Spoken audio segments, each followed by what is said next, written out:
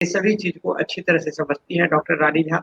तो मैं बिना समय गँवाए रानी जी से निवेदन करूँगा कि उस दिन हम लोग सीतापढ़ पहुँचे थे और सीतापढ़ पहुँच के हमने रविंद्र जी के गीत से शुरू किया था। तो मैं इनसे कहूँगा कि कोई ऐसा गीत जिसमें मिथिला का वर्णन हो, उससे पहले उससे शुरू करते हैं अपनी यात्रा। तो जी। आप सबको मेरा नमस्कार।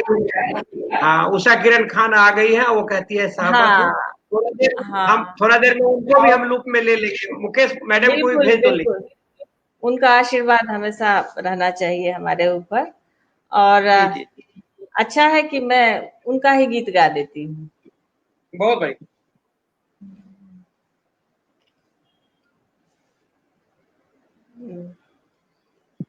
मिथिला धाम हमर बड़ सुंदर, सिया जी के नाम हर पूरब धाम जनक के अछि, हो रही सिया सुकुमारी, जतै तन मन ततहि मिथिला, चारु दिशा घरवारी, मिथिला धाम हमर अति सुंदर, सिया जी के गाम हमर अति प्रियगर, पूरब सुंदर पूर्ण अरण्या, पश्चिम चंपारण्या, दक्षिण गंग अंग के चुवथि, पावन सकल गंगा, मिथिला धाम हमर अति सुंदर, सिया जी के गाम हमर अति प्रियगर। लंबा गाना है जो उषा दीदी ने लिखा है। अगर इसको मैंने ब्रेन कोठी पे भी गाया है, अगर कहेंगे तो पूरा सुना दूं, नहीं तो फिर पूरा इसको तो पूरा सुना ही दीजिए, बहुत मधुर गाना है और ये पूरे मिथिला को डिस्क्राइब करता है। भोरे भोरे राजा उठला, बरद के बेलनि सानी, सानी खाए मरद तुष्ट भेल, हाथ लेलनि गरदानी, राजा हर जोतैया चलला, मिथिला धाम हमर अति सुंदर, सिया जी के गाम हमर अति प्रियगर, हरक नाक लागल पृथ्वी पर, मैया उठल चढ़ाए, हाथ पैर पर कथी कन्या, रोदना बेलनि पसारी, राजा धिया के पजियोला, मिथिला धाम हमर अति सुंदर। इससे पहले का ये लाइन है कि पट अकाल रुख अछि धरती, बिगहक बिगहा परती, गाछ वृक्ष सब उठ भेल, घन छाए पड़ल अति विपत्ति, राजा हर जोतैला चलला, मिथिला धाम हमर अति सुंदर, डम डम डामरू इंद्रक बादल छम छम नचली बरखा, गाछ वृक्ष सब सिक्त होइत घन, सकल प्रजा मन हरखा राजा, धिया के पजियौला मिथिला धाम हमर अति सुंदर, सिया जी के गाम हमर अति प्रियगर।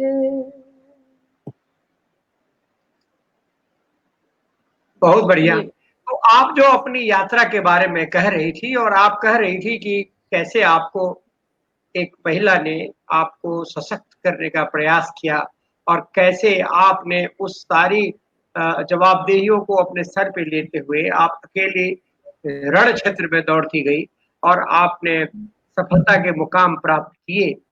और आप ये बता रही थी कि नारी संवेदनाओं से आप बहुत ज्यादा ताल्लुकात रखती हैं। आप ये भी कह रही थी कि आपने उस तालाब का उदाहरण लिया जिसमें जनाना घाट वाली बात बताई। आप ये भी कह रही थी कि औरतों को आपने कहा कि सीता के आपने उस स्वरूप को किया जिस स्वरूप में सीता का सर झुका हुआ नहीं है, सीता बहुत गर्वोन्नत है, सीता बहुत उदात है, वह एक शक्ति का प्रतीक है। आपने ऐसा किया, और जब आप ऐसा करती हैं तो ऐसा लगता है कि सीता में आप है और आपका व्यक्तित्व, क्योंकि आदमी, इंसान, आदमी नहीं, ह्यूमन हम अंग्रेजी में बोलते हैं उसको, वही करता है जो अपने, वही लिखता है, वही पेंट करता है, इसको तो लिखिया ही बोलते हैं, तो वही पेंट करता है या करती है जो अपने बारे में सोचता है। तो जो आपकी पेंटिंग है और आपका व्यक्तित्व है, दोनों में क्या समानता है, क्या असमानता है, थोड़ा इस पे बोलिए, बात करें।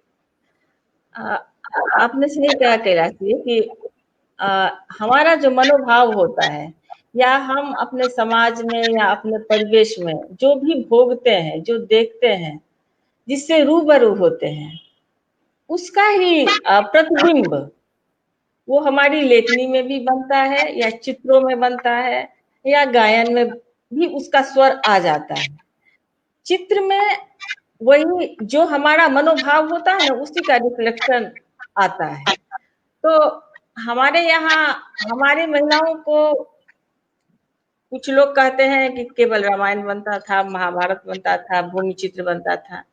सही बात है, हमारी दुनिया बहुत सीमित थी, हमने दुनिया देखी कहाँ थी। हमें तो कैनवास के रूप में बस 2 ही देरी मिली थी, एक नैहर की, एक ससुराल की। लेकिन हमारी महिलाओं ने उसी कैनवास पर पूरी दुनिया, मतलब अपने कल्पना से पूरा संसार ही रच डाला था। मुझे मैं जब अपने जो हमारी पूर्व की कलाकार हैं, या अभी भी जो वर्तमान की जो हमारी वरेण्य कलाकार महिलाएं हैं, पद्मश्री गोदावरी दत्त हैं, पद्मश्री बउआ देवी हैं, हाँ, उन सबको जब मैं याद करती हूँ, या जगदम्बा, पद्मश्री जगदम्बा देवी, गंगा देवी, सीता देवी, महासुंदरी देवी, जो गुजर गई हैं ये चारों, और 2 हैं अभी भी हमारे धरोहर के रूप में। तो जब उनको याद करती हूँ, उन लोगों ने कितने जतन से, कितनी तकलीफें झेल के उन लोगों ने इसको सुरक्षित रखा था, और उन्हें जब जहां मौका मिला उन्होंने अपने को व्यक्त किया था।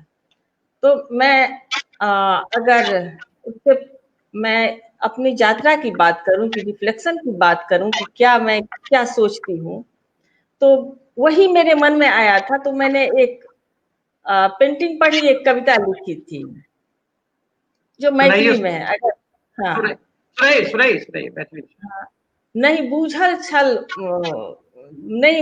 छल कनियो हुनका, जे हमर श्रम नहीं जात व्यर्थ। उनको पता नहीं था कि मेरा श्रम व्यर्थ जाएगा या सार्थक होगा। वो सब लिखिया करते रहली, जो लाख भेटल कनियो तखने वो अपना के अभिव्यक्त केलनि। आंगुर डुबाए देलन पिठार, साकार कैल संपूर्ण सृष्टि। विष्णुक संग लक्ष्मीक चरण, विष्णु रहला अंगने धरि तक, लक्ष्मी चल क चिन्मार गेली। अरिपनक रेख सिंदूरक बिंदु, भूमि चित्र छल ई अरिपन। ये अल्पना के बारे में बोल रही हूँ। अब भित्ति चित्र पर नीचा सौ ससरि पुनः आंगुर, जा नाचऽ लागल भित्ति ऊपर, कोहबर लिखलनि विस्तारे सँ, पूरैन बाँस केर संयोजन, कौछ माछ आ नव नवग्रह, सूर्य चंद्र खुरहर पातिल, गौरी पूजैत नवकन्या संग बैसल नव दुल्हा पटिया पर, चारू कोन नैना जोगिन आ जुग्म चिड़ै चुनमुनिक संग, इंगित करैत कौतुकागार, बड़ चलू आब नव कृष्ण लेल, आशीष लेल जय श्री गणेश, राधा मोहन गौरी गणेश, सब देव उतरि एला देवाल, रचबैत रास राधा मोहन, सब देव उतरि एला देवाल।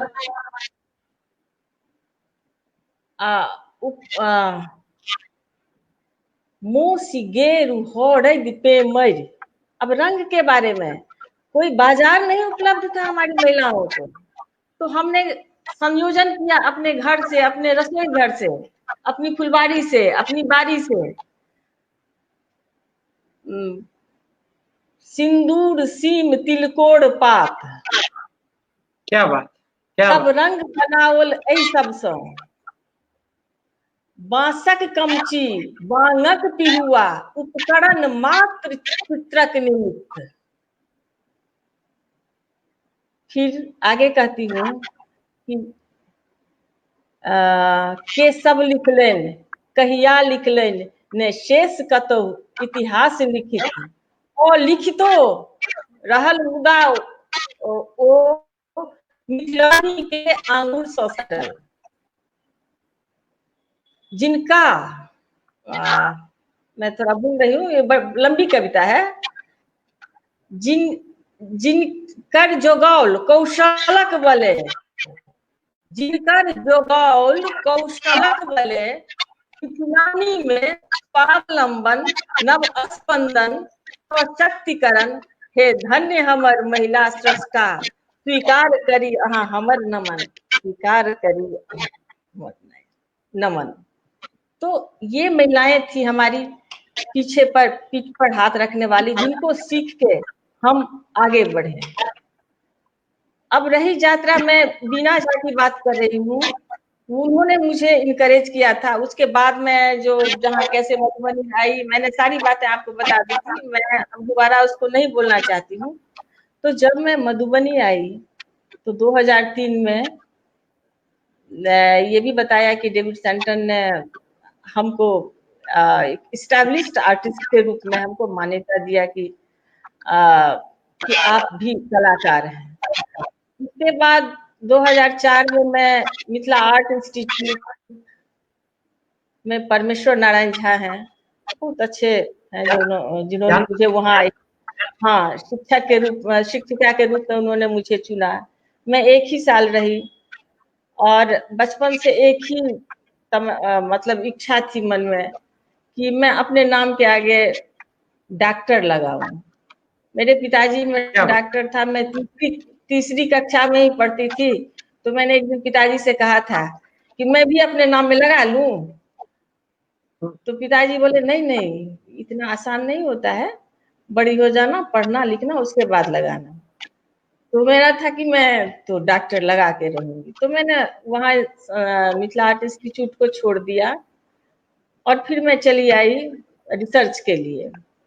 फिर जब मेरा रिसर्च हो गया 2010 में, उसके बाद 11 में मैंने परमेश्वर बाबू ने मुझे फिर से इनवाइट किया कि आप आ जाइए, आप यहाँ टीचर का काम कीजिए, आर्ट टीचर का। तो फिर मैं वहाँ चली गई और वहाँ मुझे बहुत अच्छा लगा। उन्हें बहुत अच्छा, मतलब एक शिक्षक के रूप में वहाँ मैं बच्चों को क्या ट्रेनिंग देती, मैंने खुद भी वहाँ ट्रेनिंग लिया कि कैसे एक शिक्षक बना जाता है। और इसमें मेरा सहयोग कर रही थी शशिकला जी हैं, गोदावरी पद्मश्री गोदावरी दत्त जी की बहन है, वो बहुत ही अच्छी शिक्षिका है। उनके साथ मैंने वहाँ काम करना शुरू किया और तकरीबन 8 सालों तक वहाँ रही। अभी मैं मिथिला चित्रकला संस्थान में हूँ। इसी दौरान 2014 में बहुत ही वाकया है इंटरेस्टिंग। आप बोलिए बोलिए आप। हाँ, जून का महीना था, दोपहर बहुत गर्मी थी, मैं चटाई पर नीचे में सो रही थी। अचानक ही फोन आया, परमेश्वर बाबू का फोन था कि आपके पास पासपोर्ट है। मैंने कहा नहीं है, मैं एकदम पूरे नींद में थी। तो फिर मैं उठ गई और मैंने कहा कि है हम तो अमेरिका जेबे, और फिर सो गई। छोटा बेटा वहां सुन रहा था, बोला पापा वहां तो कहे हम अमेरिका जेबे। तो ये बोले, हमारे हस्बैंड बोले तोहर मैं नींदो में सपनाइत रहे छो अमेरिका जाए छो। फिर मैं अपना सो गई। फिर सो के उठी तो फिर ध्यान किया, फोन देखा तो हाँ सही में फोन है। तो फिर पता चला कि मुझे अमेरिका जाना है। मैं गई वहाँ। वहाँ जाने के बाद 1 महीने तकरीबन वहाँ रही। वहाँ सुजन वाडले का ये प्रोग्राम था, प्रॉपरली था ये आपको एथनिक आर्ट्स फाउंडेशन का, लेकिन सुजन वाडले उसको फाइनेंस करवा रही थी मेरे लिए। फोर्ड फाउंडेशन से, सिराक्यूज यूनिवर्सिटी से उन्होंने पूरा मैनेज किया था, पूरी तरह से बहुत मदद की सुजन वाडले ने। तो वहां जब गई तो पहली बार मैं तो हवाई जहाज पर एक ही बार चढ़ी थी साहित्य अकादमी में, एक कार्यक्रम में पांडिचेरी गई थी। तो वहां जब गई तो कुछ तो जब उतरी ना वहां पर, तो विभा जी लेने आई थी, परमेश्वर बाबू की पत्नी है, बहुत ही अच्छी महिला है, बहुत। तो हाँ, तो वहां मैं जब उतरी ना, तो एक आदमी अमेरिकन के साथ अमेरिकन बोल रहा था अंग्रेजी में। तो उससे पहले वो जब बोल रहा था ना, तो मैं ऐसे ऐसे अपना हिला रही थी, सर हिला रही थी। एक इंडियन था वहां पर, वो समझ गया कि समझी कुछ नहीं है, केवल ऐसे ऐसे कर रही। हमको बुलाया पास में और बोला अभी कोई बोला है, आप कुछ समझी हैं? मैंने कहा नहीं। तो बोला सबसे ज्यादा तो मुंडी आप ही हिला रही थी, जब नहीं समझी तो आपको नहीं ना मुंडी हिलाना चाहिए था। मैंने कहा सॉरी, आप समझा दीजिए। वैसे मुझे नहीं लगा कि अब समझने की जरूरत नहीं है, मैं यहाँ उतर गई हूँ, मैं देख रही हूँ विभाजी मुझे लेने के लिए आ गई हैं, तो हमको कोई दिक्कत नहीं है, हमारा अपना आदमी वहाँ खड़ा है, आपका टेंशन है वो। और मैं वहां से निकल गई। वहाँ तकरीबन 1 सप्ताह, हाँ 1 सप्ताह मेरा था कि क्लासरूम एक्टिविटीज का, जहाँ मैंने वहाँ यूनिवर्सिटी में क्लासेस लिया। और अंग्रेजी मेरी उतनी, मैं I am not fluent in English, तो लेकिन बाय गेस्चर एंड पोस्चर जबरदस्ती मैं मनवा लेती हूँ कि मैं डायलॉग कर लेती हूँ, उसमें मैं मैथिलानी बन जाती हूँ। तुम्हारा प्रॉब्लम है कि तुम नहीं समझ रहे हो मेरी इंग्लिश, मैं तो बोलती हूँ, और मैं उनको जबरदस्ती मनवाती हूँ कि मैं ऐसे ही बोलूंगी। तो खैर चल गया काम। वहां बहुत लोगों ने मदद किया, सुजन वाडले थी, सायन वासिस थी, मेरा ब्रिजर, एक महिला थी मारसा। तो जब मैं क्लासरूम में जाती थी और पेंटिंग को एक्सप्लेन करने के लिए बोला जाता था, तो मैं पूरे गेस्चर से पूरा उनको पेंटिंग को वहां प्रोजेक्टर पर कर दिया जाता था, और मैं उनको समझाती थी कि ये ऐसे है, ऐसे है, ऐसे है। तो वो एक्शन देखने के लिए मार्शा डेली हमारे साथ चली जाती थी। मैंने कहा आप क्यों परेशान होती हैं? तो बोली नहीं, हमको बहुत अच्छा लगता है, आप जो जब एक्सप्लेन कर रही होती है ना, तो लगता है जैसे सब कुछ सिनेमा की तरह चल रहा है।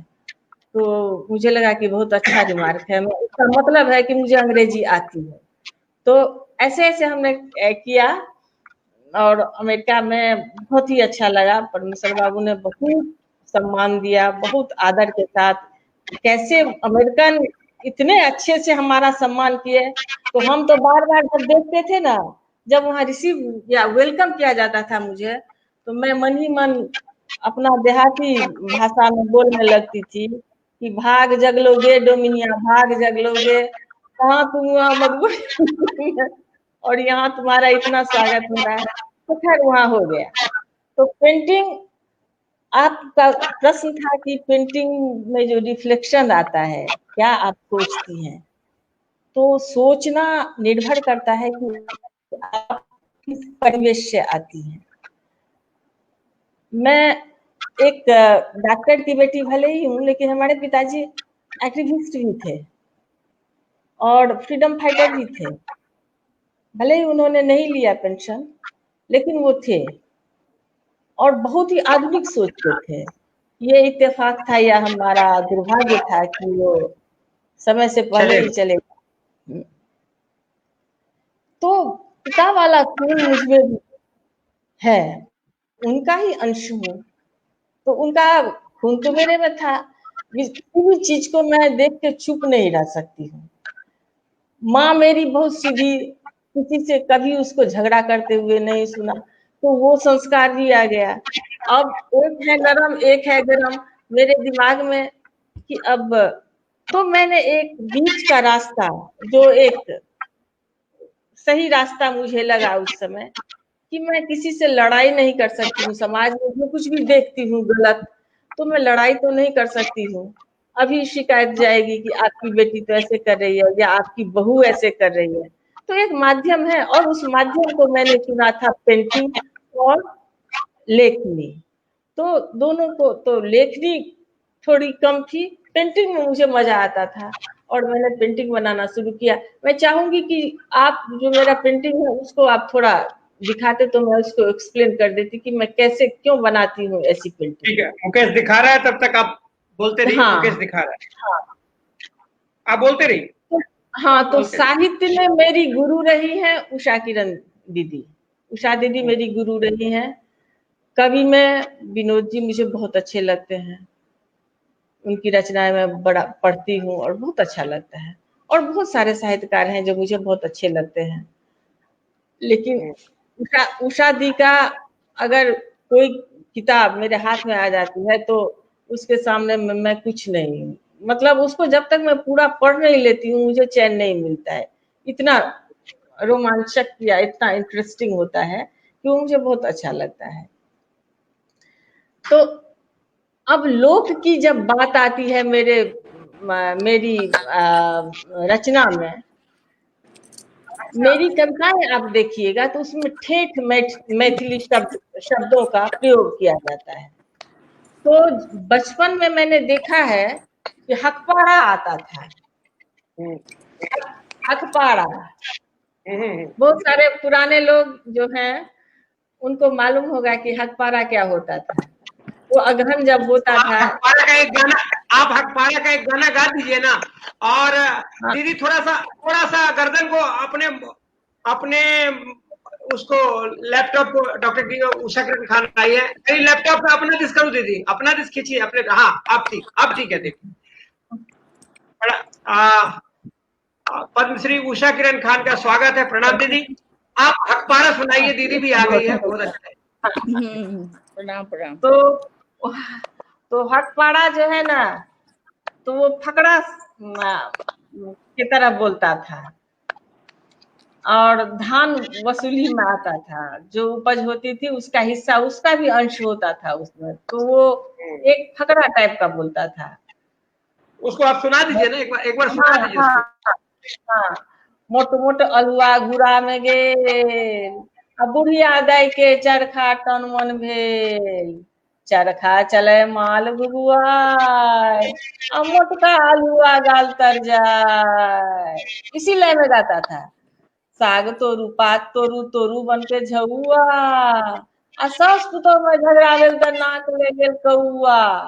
मतलब इस तरह के वो गाते थे। बखौनी आती थी, तो बखौनी जब आती थी तो वो गाना गाती थी। और मैंने देखा कि उनके गीतों में भी परिवर्तन का स्वर आ गया है। दहेज जो है हमारे समाज का, उस उसको वो समझ रही थी कि तो वो कुछ अपने ढंग से नया गा रही थी। तो गाती थी वो, ये गाना मुझे याद है। सुना सास दीजिए। के मारे, हाँ, सास के मारे हंडर लेके माँ से भरावे पानी, जो रूप के साड़ी में साबुन लगा दे, देखो मर्द गानी, करे जो रूके गुलामी, सोचे के परी।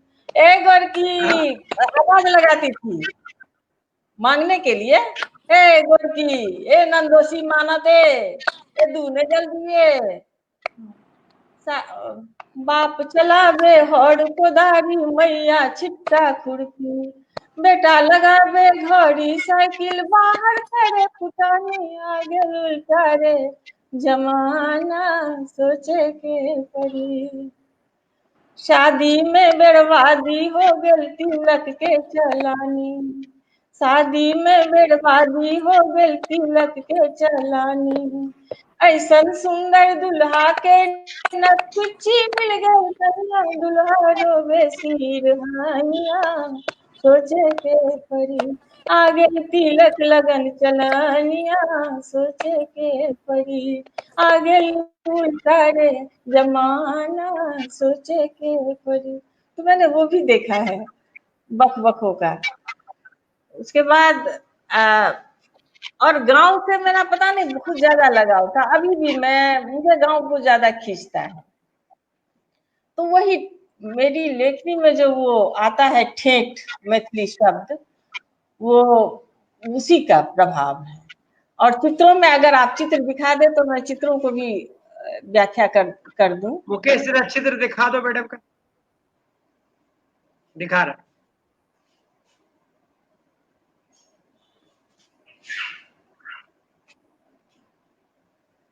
वो चित्रों में मैं जो सोचती हूँ वही बनाती हूँ। दिखा रहा है आपको, दिखा रहा है जी, आगे। हाँ, ये अभी कोरोना का है। अब देखिए कोरोना का ये जो चित्र है ये दो भागों में बटा है, एक जहां हम रहते हैं और एक जो जहां अभी हम रह रहे हैं प्रकृति से दूर, और एक प्रकृति के परिवेश जो प्रकृति के नजदीक रहते हैं। तो समस्या यहाँ है, देखिए कैसे सारा शटर गिरा हुआ है, लोग बदहवास सामान लेके जा रहे हैं, लोग खिड़कियों से झांक रहे हैं, सारा कुछ बंद है। लेकिन जहाँ प्रकृति है वहां सारा सब कुछ एकदम, आप देख सकते हैं हिरन, हाथी नहा रहा है, हिरन है, कुलांचे भर रहा है, गाय है, सूरज है, पेड़ है, पौधा है, चिड़िया गा रही है। मतलब जो हमारी समस्या है हम मानवों की है, और वो इसलिए है कि हमने अपने को प्रकृति से दूर कर लिया है। जो प्रकृति के बहुत ही नजदीक है उनको कोई समस्या नहीं है।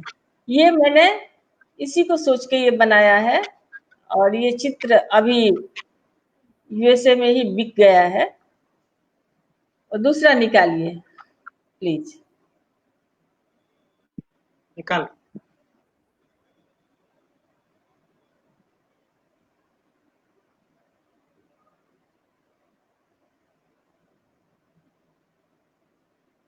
निकाल रहा है, निकाल।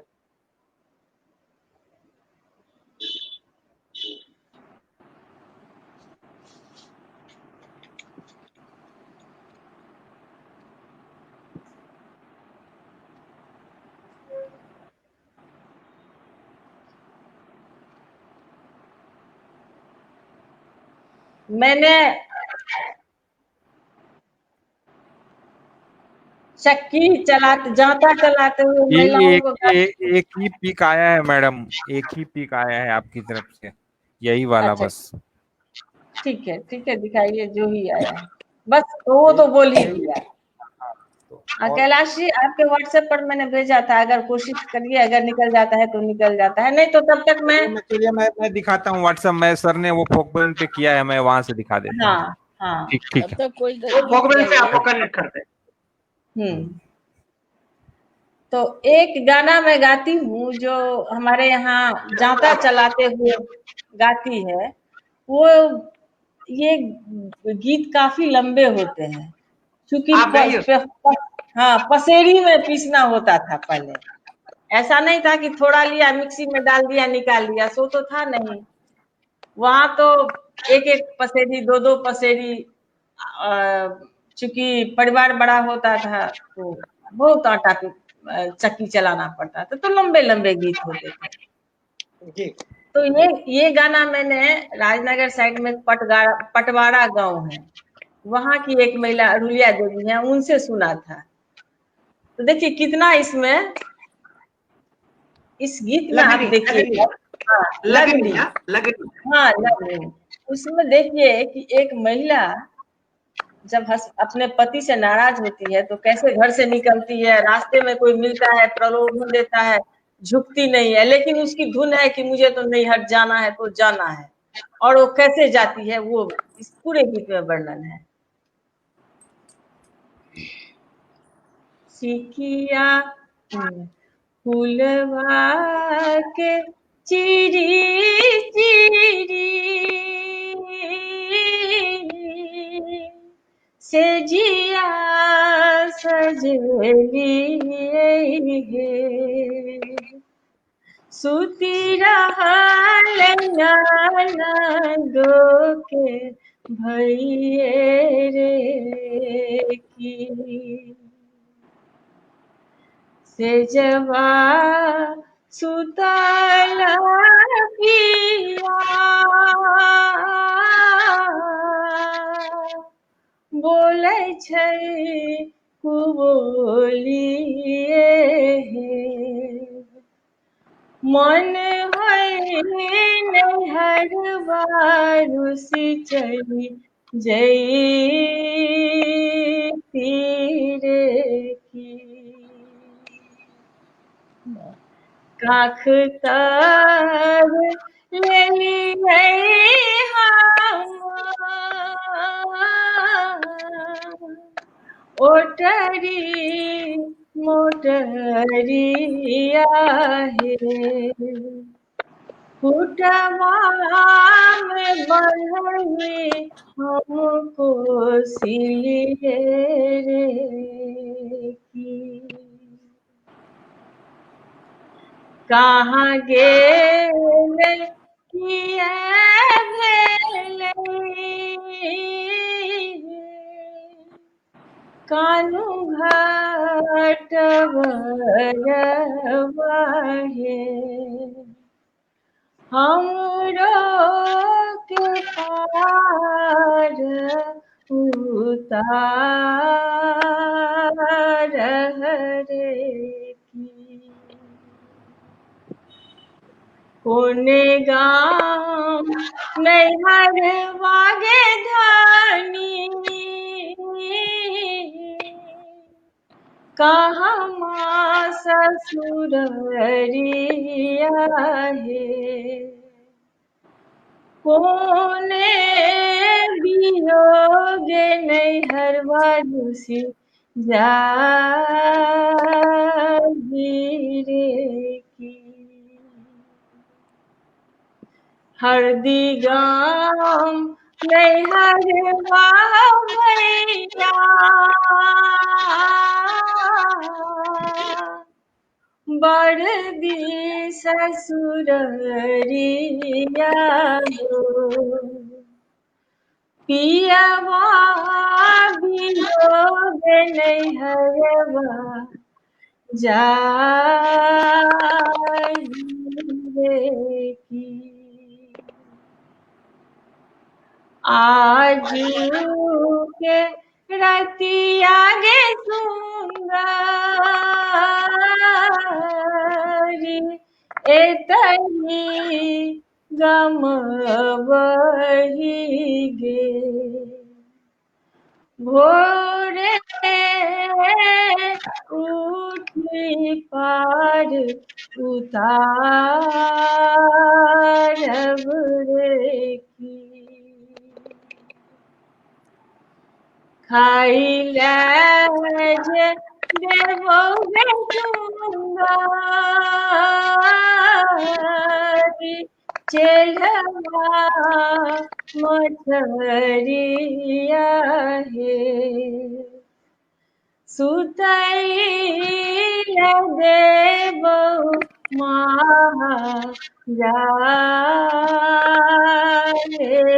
रे की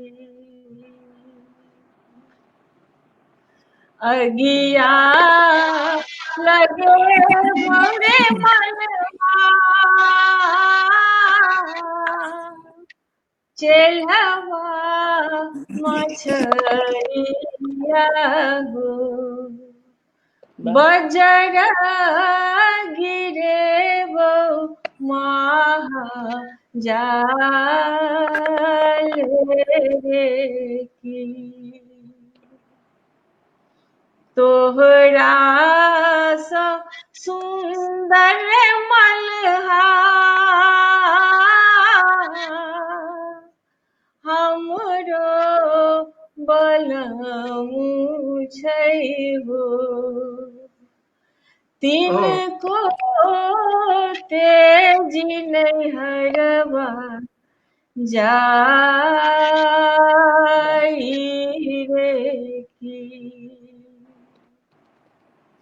सिकिया के चिड़ी चिड़ी बेरवा बनेली है बामे हाथ बनेली करुआ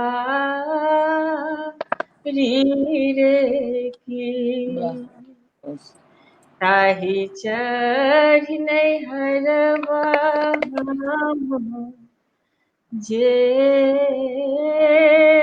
भैरे की।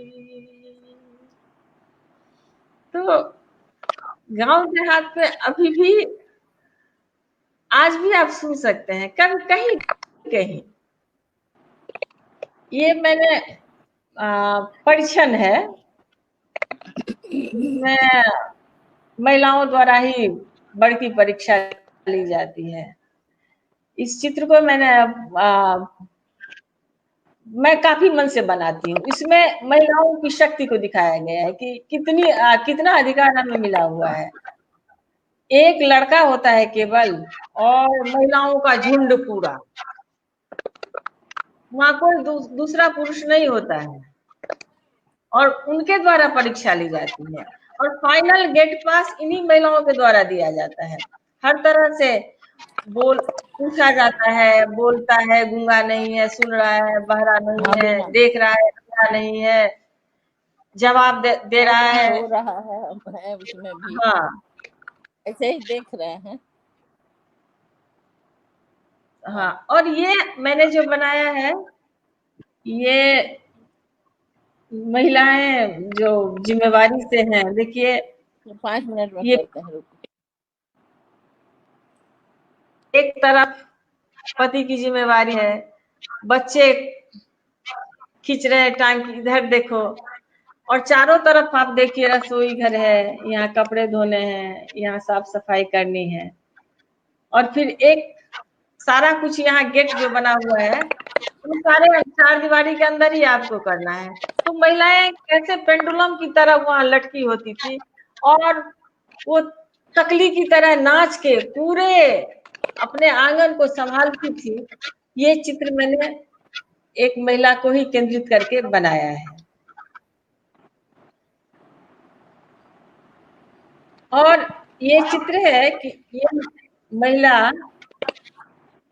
अभी की स्थिति नहीं है, ये बहुत पहले की स्थिति है। एक महिला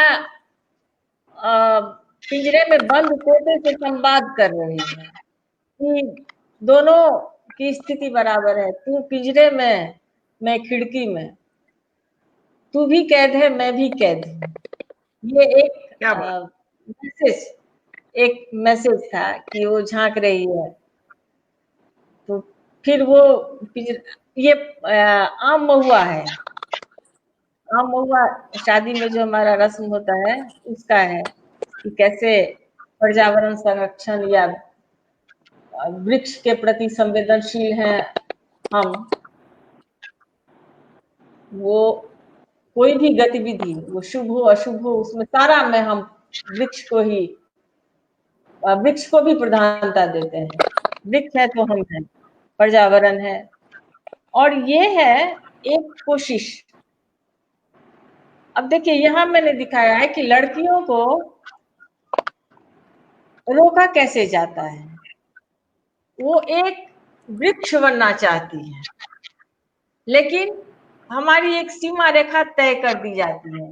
आप पेड़ के ऊपर में देख रहे हैं कि वहां एक बाउंड्री टाइप है, तो हमें सीमित कर दिया जाता है कि ठीक है, हम निकलने तो देंगे आपको, लेकिन बस इतना ही घर आपका है। लेकिन उसमें फिर वही 3 लड़कियां मिलके उसको आगे बढ़ने की कोशिश कर रही हैं।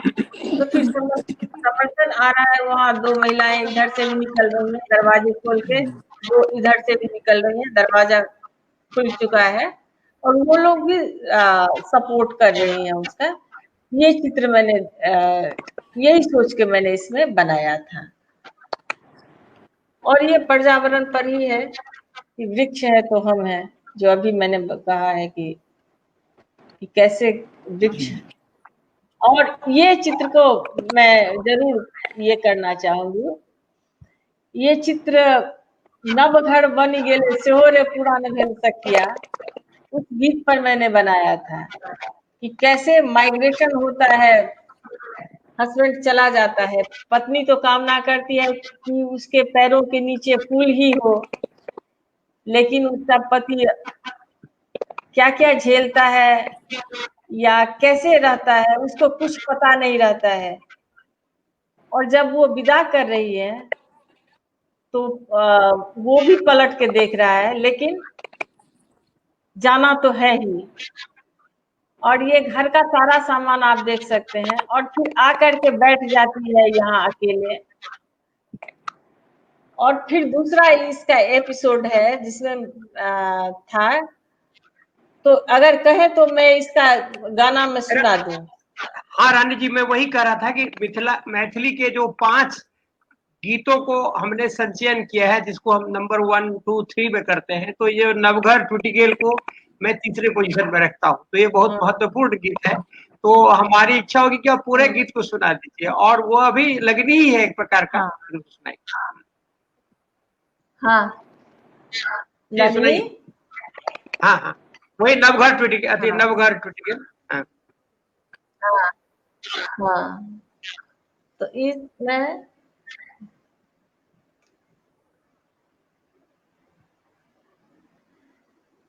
नवघर बान्ही गेलै से हो रे, पुरान भेलै हे सखिया।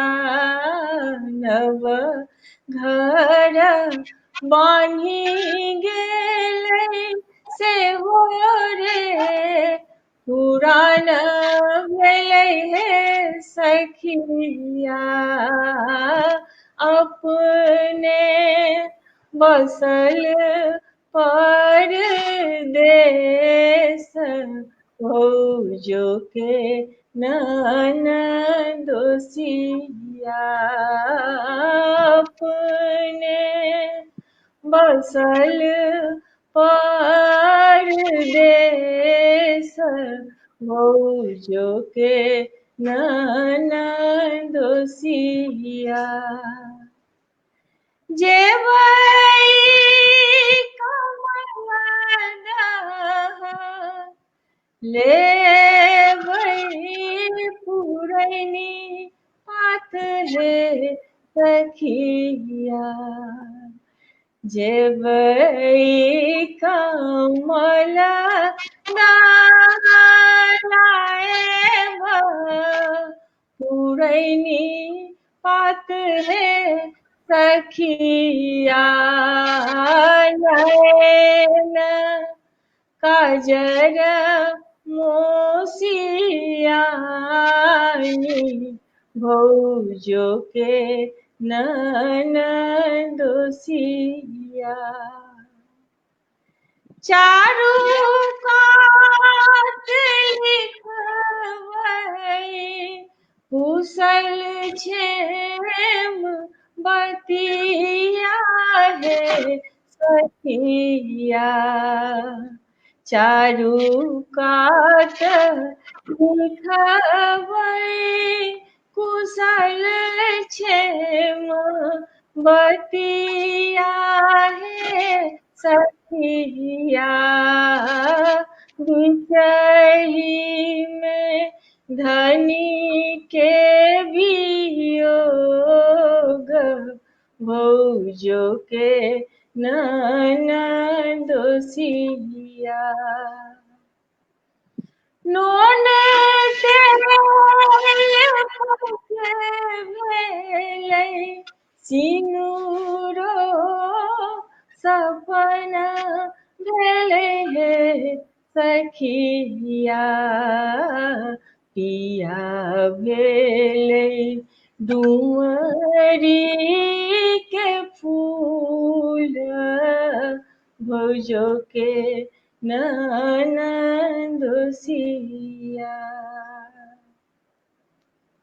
तो उसी पर ये गाना चित्र बना हुआ था। ये तो कहते हैं ना कि वो एक भोजपुरी के विदेशिया के बहुत करीब है, कि जो नायिका का पति बाहर गया हुआ है और वो किसी कारण से नहीं आ पा रहा है, अर्थ भी नहीं भेज रहा है, उसमें जो वो सोचती है। और ये आपने इस पे चित्र बनाया है, ये बड़ी बात है।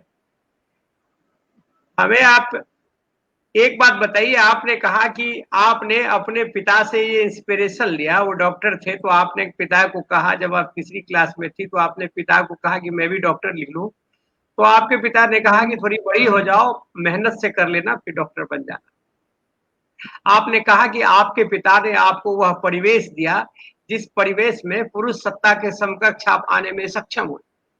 आपने कहा कि और आपने यह प्रमाणित भी किया कि आपके पेंटिंग में वो एक नारी के भीतर जो छटपटाहट है, वह जो बाहर होना चाहती है, स्वतंत्रता के रस को चखना चाहती है, वो आपके लेखनी में और आपके ब्रश में, दोनों में वह भाव जगता है। उषा जी अपनी लेखनी में जगाती रहती है। लेकिन मैं ये कहना चाहता हूं कि सारी बातें सही है, आपने वो बताया भी, आपने वो जो आपका बिंब था बड़ा खूबसूरत था, जिसमें आप कहती है कि एक तोता और एक नायिका दोनों की समान स्थिति है, कि तोता से नायिका कह रही है कि तू पिंजरे में बंद है, मैं भी तो खिड़की में ही बंद हूं, आजादी तुम्हें भी नहीं है, आजादी मुझे भी नहीं है। यह अपने आप में यह बिंब है, यह कहने का एक स्टाइल है कि मैं अब उन्मुक्त होना चाहती हूँ, उन्मुक्त होना चाहती नहीं हूँ, उन्मुक्ति के दिशा की ओर बढ़ चली हूँ, अब मुझे कोई रोकेगा नहीं। और वो आपने दिखाया, आपने पेंटिंग में भी दिखाया, गांव से मधुबनी आ गई ये दिखाया, आपने पीएचडी कर ली ये दिखाया, आप अंग्रेजी की बहुत सीमित ज्ञान के साथ अमेरिका चली गई, और अमेरिका में भी आपने वो जो लठमारी करके आपने अंग्रेजी लोगों को सिखा दिया, आपने जेस्चुरल अंदाज में, वो प्रमाणित करता है कि आप करें। उसमें मेरा एक छोटा सा प्रश्न है कि आपके पति देव का आपके साथ इन क्रियाओं में कैसा व्यवहार होता है? बहुत ज्यादा सपोर्ट रहता है, बगैर उनके सपोर्ट के नहीं किया जा सकता था। अच्छा। मैं बस मोरल सपोर्ट उनका बहुत ज्यादा रहता है, इसलिए कि पढ़ाई के मामले में पिताजी की इच्छा थी कि मैं पढ़ूं, लेकिन वो चले गए असमय ही। तो क्योंकि पिताजी की ये पसंद थे, पिताजी ने ही इनको चुना था मेरे लिए, पता नहीं पिताजी को लगता था कि नहीं, जो मेरी बेटी है इसको ये संभाल लेंगे। थोड़ा ये भी प्रोग्रेसिव विचारों के हैं, और मेरे पिताजी भी थे, तो दोनों में बहुत अंडरस्टैंडिंग था, तो उन्होंने ही सिलेक्ट किया था। जब मैं 7 साल की थी तभी मेरी शादी तय हो गई थी। मैं आपको बता दूं, ये बहुत ही इंटरेस्टिंग है कि मैं 7 साल की थी, और मेरी सास और मेरी चाची दोनों सगी बहनें हैं। अच्छा।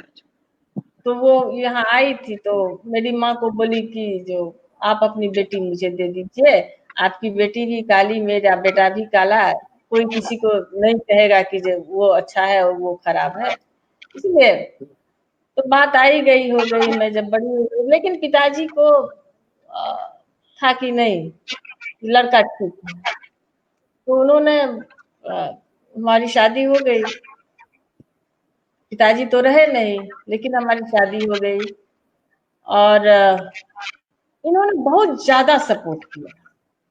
जब मैं पीएचडी कर रही थी तो मैं तो लिख के सब, मतलब मैं मेहनत कर रही थी और सारा कुछ यही कर रहे थे। यूनिवर्सिटी जाना आना साइकिल से ही जाते थे। एक दो बार साइकिल से मधुबनी से दरभंगा गए, कोई चिट्ठी उनको मुझे डिस्पैच करवाना था वहाँ यूनिवर्सिटी को सुपरवाइजर के लिए, तो ये साइकिल से गए थे। तो बहुत इनका सपोर्ट रहा, इनके सपोर्ट के बगैर तो मैं कुछ नहीं। हाँ, ये अलग बात है कि मैं एक आर्टिस्ट हूँ, कई कई तरह की बातों को जानती हूँ, लेकिन ये आर्टिस्ट नहीं है, लेकिन फिर भी उसको तरजीह देते हैं, उसका सम्मान करते हैं और सपोर्ट इनका हमेशा रहा। और ये मैं कोई मतलब ये नहीं कि पब्लिकली मैं बोल रही हूँ, झूठ बोल रही हूँ, मुझे बहुत भीतर में प्रॉब्लम है, सो बात नहीं। मैं सच कर रही हूँ कि मेरे पति पढ़ाई के मामले में तो उन्होंने काफी सपोर्ट किया मुझे, और मेरा जो संघर्ष था उसमें उन्होंने काफी सपोर्ट। अच्छा, मुझे एक बात बताइए, जो हमारे कला समीक्षक लोग हैं और वो जब कला समीक्षा करते हैं और रंग की बात बताते हैं और रंग बनाने की जो प्रक्रिया है, टेक्निक है, उसकी बात बताते हैं, तो वो बात बताते हुए कहना चाहते हैं जो प्राकृतिक रंग होते थे बहुत ही शाश्वत होते थे, बहुत चटकीले होते थे, उसमें बहुत नैसर्गिक सौंदर्य होता था, वगैरह वगैरह। इसमें कितनी सत्यता है और कितना झूठ? क्या आपको लगता है कि जो आधुनिक रंग या मॉडर्न कलर जो है या केमिकल कलर्स है, जो कलर मार्केट में अवेलेबल है, या जो परंपरागत कलर थे, वो शायद मुझे शशिकला जी या किसी से ज्ञात हुआ कि वो धागे से वो पेंटिंग करती थी, तो वो ब्रश के यूज करती थी। तो पूछा कि क्यों करती थी, तो पता चला कि वो इसलिए करती थी कि वो पैसे नहीं थे ब्रश लेने, ठीक है कि नहीं? अब ब्रश लेने के लिए पैसे नहीं थे तो वो तो आधार नहीं बन जाएगा, वो एक हमारे पास अल्टरनेटिव हो गया कि कुछ नहीं है तो हम ये कर ले, है ना? तो मैं आपसे ये जानना चाहता हूँ कि आप बड़ा ईमानदारी से आप बताइए, क्योंकि आप थोड़ी सी, आपने कहा कि आप मध्यम मार्गी हैं और मधुबनी पेंटिंग में, मिथिला पेंटिंग में भी आप मध्यम मार्गी हैं, बीच और बड़े जो बहुत मॉडर्न है, जो यंग है और जो बहुत एस्टेब्लिश्ड है, दोनों की बीच की कड़ी है आप। तो आप हमें बताइए कि दोनों में क्या अंतर है और क्या है? देखिए, वो समय की बाध्यता थी, महिलाएं बाजार जाने के लिए स्वतंत्र नहीं थी, या रंग बाजार में उपलब्ध नहीं थे।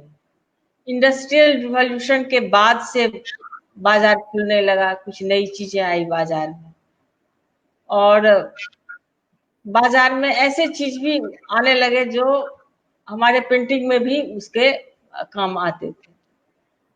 तो ये मजबूरी भी थी हमारी महिलाओं की, और वो कहीं बाहर तो नहीं जा सकते, बाजार में रंग आ भी गए थे तो वो नहीं जा पा सकती थी, मजबूरी थी उनकी।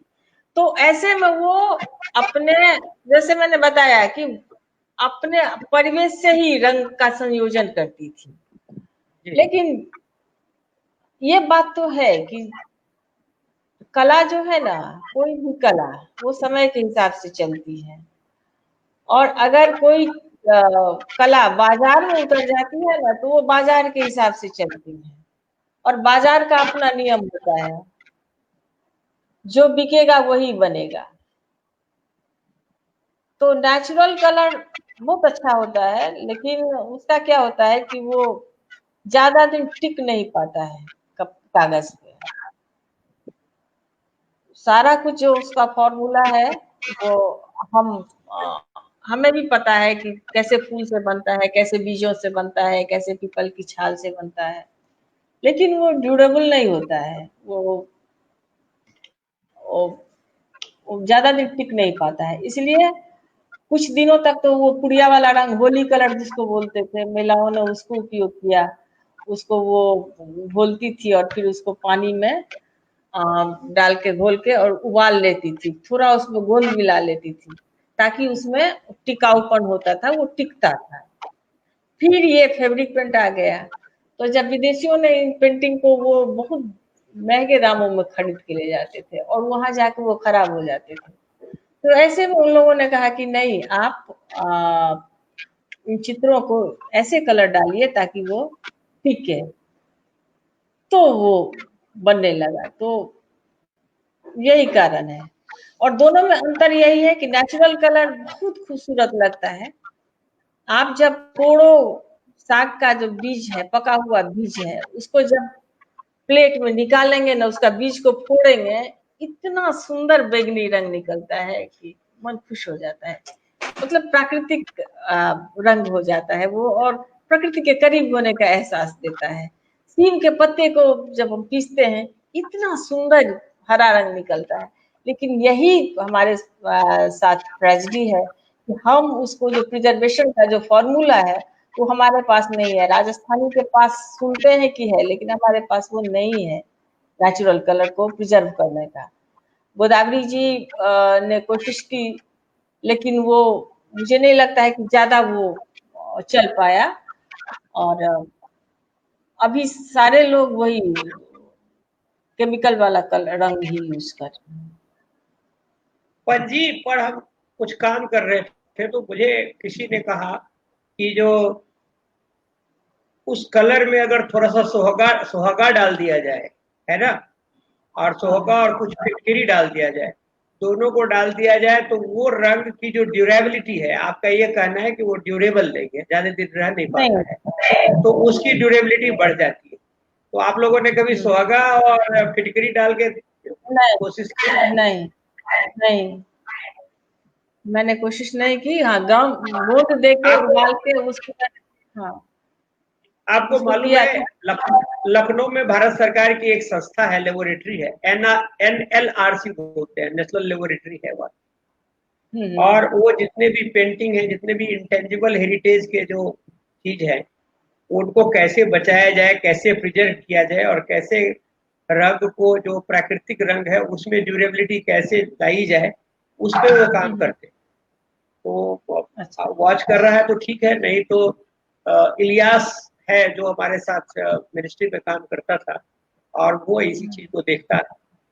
तो मैं आपको इलियास का नंबर दूंगा, शायद आप उनसे बात करना, वो आपको कुछ बताएंगे। क्योंकि हाँ, जिस तरह से राजस्थान के, कल मेरी बात हो रही थी राजस्थान के पेंटिंग वाले से, तो उन्होंने बताया कि वो कीकर का एक पेड़ होता है जिसका रस गम्स निकाल के गोंद टाइप का उसमें डालते हैं, और गम जो है, और पत्थर का कुछ डालते हैं, जिससे जो है वो ड्यूरेबिलिटी को, साइनिंग को भी, कलर के साइनिंग को, ड्यूरेबिलिटी को बढ़ा देता है।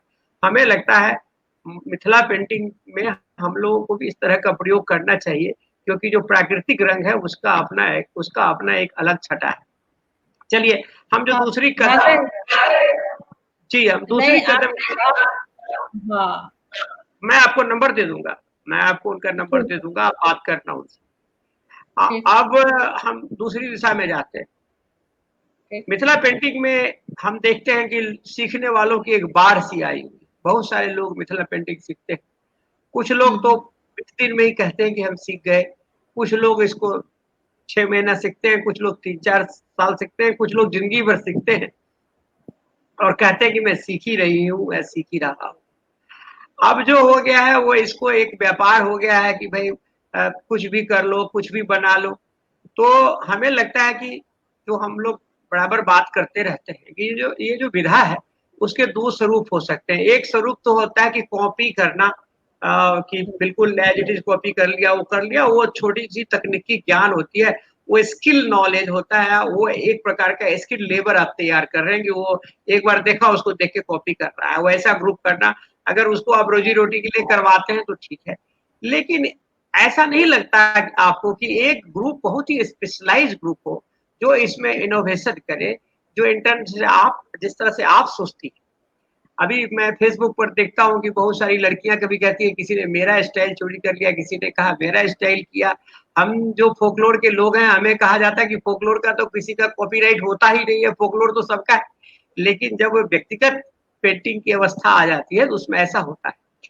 मेरा आपसे एक सीधा सा प्रश्न ये है कि क्या आपको लगता नहीं है कि आप लोगों को या जो दक्ष महिलाएं हैं जो बहुत ज्यादा उसका जो शास्त्रीय पक्ष है मधुबनी पेंटिंग का, उस पक्ष पर गंभीरता से काम करें और एक ऐसा ग्रुप भी बने जो इसकी गुणवत्ता, इसकी जो श्रेष्ठता जो है, इसमें जो नूतन प्रयोग है और नूतन प्रयोग में लेकिन जो इसका मूल है वो ना करे। प्रकाश जोशी कह रहा था कि फर तो 15-15 मीटर के होते थे, लेकिन उसने एक ऐसा फर बनाया जो कुछ 30 इंच का फर बनाया और 30 इंच के फर में उसने मिनिएचर फॉर्मेट किया और मिनिएचर फॉर्मेट में 30 इंच के फर में उसने सब चीज डाल दिए जो 15 मीटर में होते थे। तो ये प्रयोग था, लेकिन उस प्रयोग में दुस्साहसिक काम था, लेकिन उसने किसी बिंदु को छोड़ा नहीं।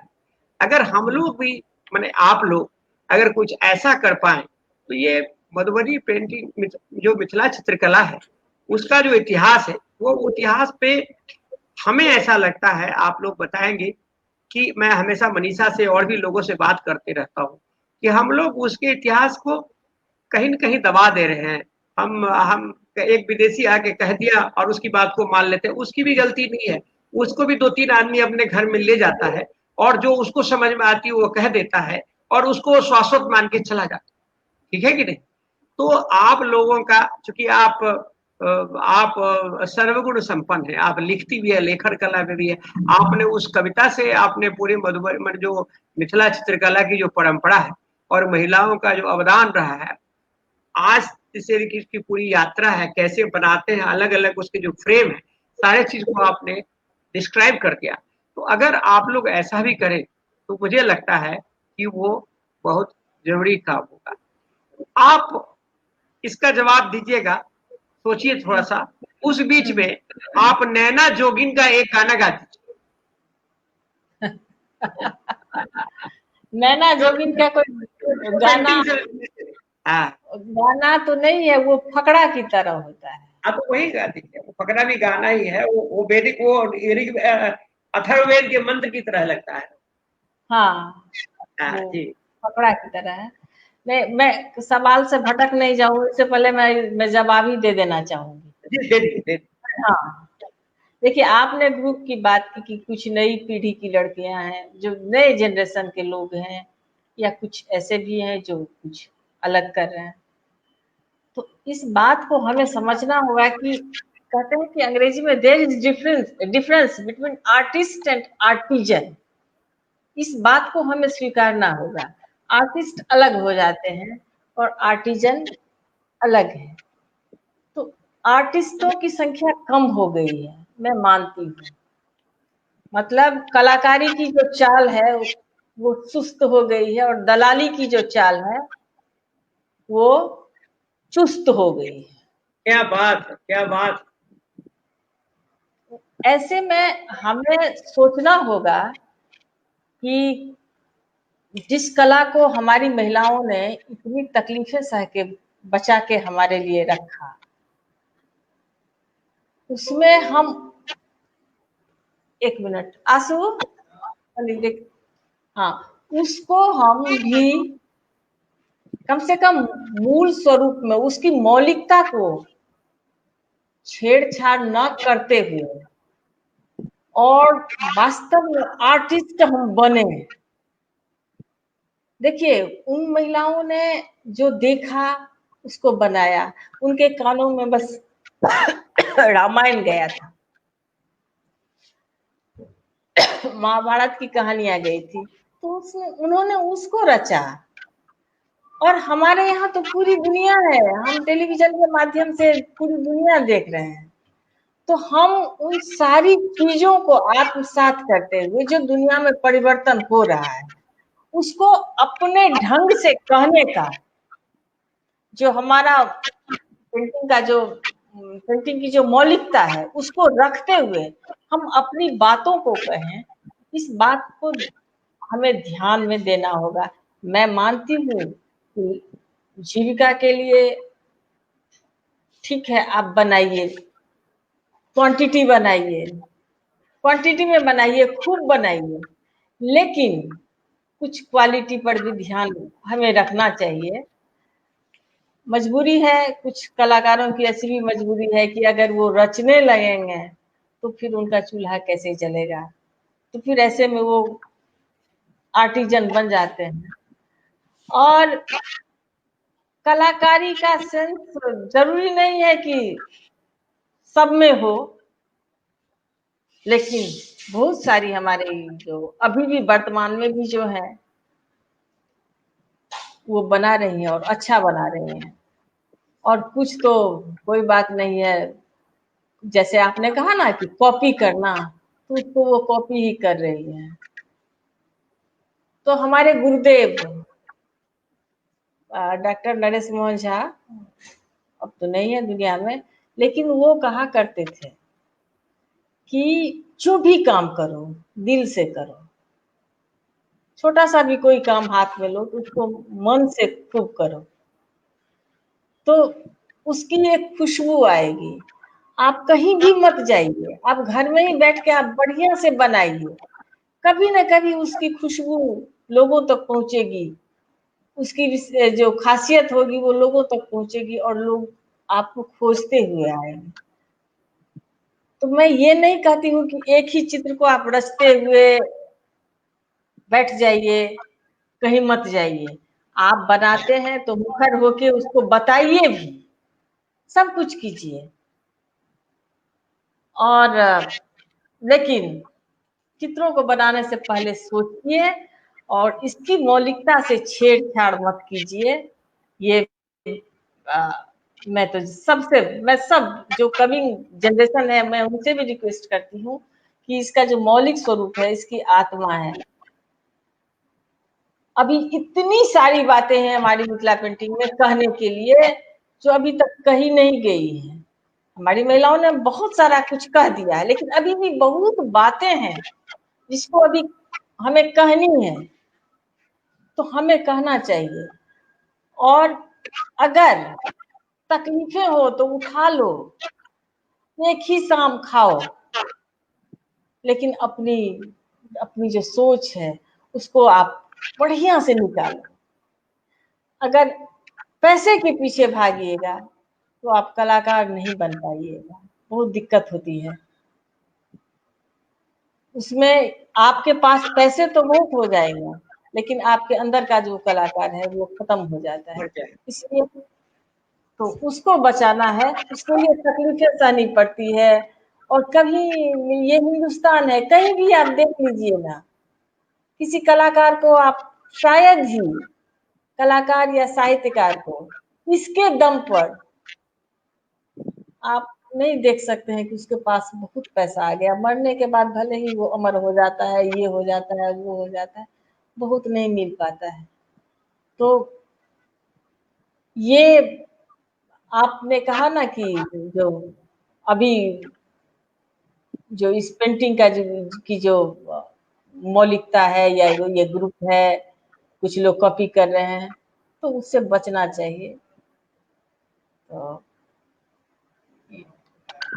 यही मेरा कहना है। आप गोदावरी दत्त जी से जब कभी बात होती है, गोदावरी जी की पेंटिंग आपने भी देखी होगी, पूरी दुनिया देखती है, क्या मतलब देखने के बाद मन मुग्ध हो जाता है, कैसे एक एक लाइन, बारीक लाइन, हम तो विस्मित रह जाते हैं कि मतलब कैसे एक आदमी ऐसे कैसे कर सकता है। और वो मेरी आदर्श रही है। सीता देवी में आप रंग देखिए, रंग का कमाल है। बउआ देवी में आप रंग का कमाल देख सकते हैं। आपको मैं बता दूं कि रंग जो है ना, उस पर रंग पर मैं एक शिक्षिका रही हूँ और रंग के बारे में मैं उनको बराबर, मैं कलर पेंटिंग के लिए भी जानी जाती हूँ।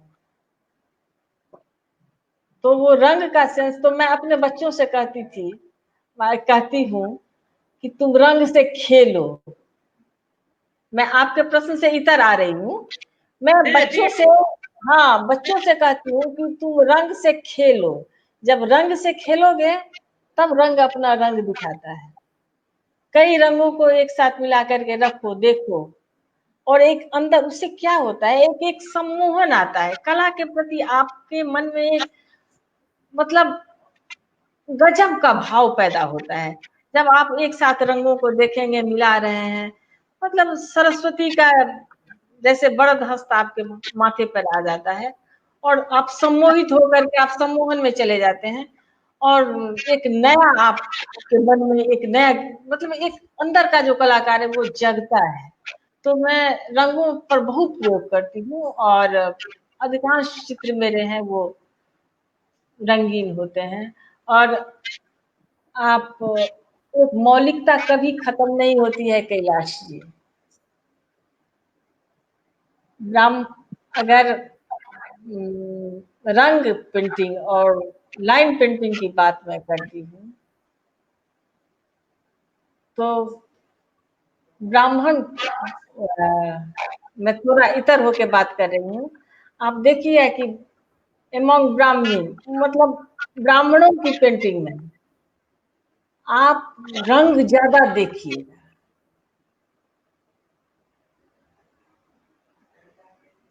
और काष्ठों के पेंटिंग में आप लाइन ज्यादा देखिएगा।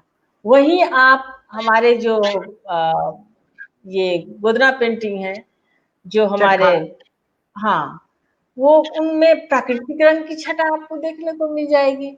गजब का सम्मोहन उनमें भी है। मैं चाहकर भी चानो देवी की पेंटिंग का नकल नहीं कर सकती, इसलिए कि वो उनकी मौलिकता है। अच्छा, मुझे रंग पर एक बात मैं आपसे पूछता हूँ। रीति कालीन एक कवि है जिन्होंने एक नायिका के आंख का वर्णन किया और वो कहते हैं कि उसके आंख में जहर भी है, अमृत भी है और शराब भी है ना। तो जो देखेगा वो जहर उसको मारेगा, अमृत उसको जिलाएगा और शराब उसको झुकाते रहेगा, है ना। तो वो कविता कुछ ऐसे है, अमीय हलाहल मद भरे श्वेत श्याम रतनार। अमीय हलाहल मद भरे श्वेत श्याम रतनार, जियत मरत झुकी झुकी परत। रिपीट कर रहा हूँ, जियत मरत झुकी झुकी परत, जेहि चितवत एक बार। इस आंख को आप कैसे करेंगे, अपने कलर से कैसे सिंबलाइज करेंगी कवि की इस भावना? इसको तो बनाकर ही देखा जा सकता है। कलर का बता दीजिए। अमीय श्वेत हुआ, हाँ, विष हुआ श्याम, और दारू जो हुआ रत्नार। रत्नार कैसे बनाइएगा आप अपने कलर? यहाँ जो है ना आई बॉल के साइड में, यहाँ थोड़ा सा हम लोग, इतना तो हम लोग फाइन आर्ट पे नहीं है, तो यहाँ लाल बना देते हैं। यहाँ आंख के कोर के पास थोड़ा सा लाल रंग डाल देते हैं। जैसे सीता जब माला पहना रही है ना, जयमाल जब हम बनाते हैं, जब सीता ऐसे करके माला पहना रही हैं तो उनकी आंखों में हम लोग रख देते हैं वो लाल रंग, यहाँ आंखों के इस हिस्से पे और इस हिस्से में। या राधा श्याम बनाते हैं हम, तो वहां भी जब प्रेम का आता है आवेग, तो वहां भी हम डालते हैं। राधा श्याम में तो कहीं न कहीं प्रेम भक्ति में कन्वर्ट हो जाता है। यहाँ जो प्रेम है पूर्णतः रोमांटिक है between a boy and a girl. एक नायिका का एक नायक जो नायिका के प्रति सोचता है या कवि जो सोचता है वो है। मैंने थोड़ा सा आपको भटकाने का कोशिश किया और आप अच्छा जवाब दे रही हैं। जो मिथिला की जो सीता है उसको एक तो आपने कहा कि एक तो आपने उदात्त बनाया, सीता में और क्या क्या देखना चाह रही है? एक तो आपने सीता जी पर बधाइयां लिखी थी, उषा जी, वो भी गाई थी, वो याद है आपको? अभी याद तो नहीं है। अच्छा, हाँ। कोई बात नहीं है। तो आप सीता पर हमें बताइए कि सीता पर आपने सीता पर क्या अपने पेंटिंग में क्या प्रयोग किया है? सीता को मैंने एक पेंटिंग बनाई थी, जो अभी मैंने बताया कि सीता का वो रूप दिखाया। एक सीता का जो राम के प्रति प्रेम है, उसको भी मैंने बनाया। First meet of lord Rama and Sita, तो वो मैंने बनाया था। सब कुछ वही था, लेकिन थोड़ा सा मैंने उसमें अपनी कलाकारी दिखा दी थी। अच्छा किया बुरा क्या किया कला जो किया। क्या आपने क्या हाँ, वही तो आपने क्या कलाकारी दिखाया था? हाँ, उसमें था क्या कि फुलवारी है। ये पेंटिंग अभी जॉन बाउल्स के पास है, वो अपने बेडरूम में रखे हुए हैं, बहुत सुरक्षित। 2004 में शायद ले गए थे हमसे। उसमें फुलवारी में सीता के पांव इधर है, मतलब अब गिरजा पूजन से हो आई है, लेकिन और घर भी जाना है। सखियां कर रही है कि अब चलिए, तो पाँव तो इधर घुमा हुआ है, लेकिन आंखें इधर।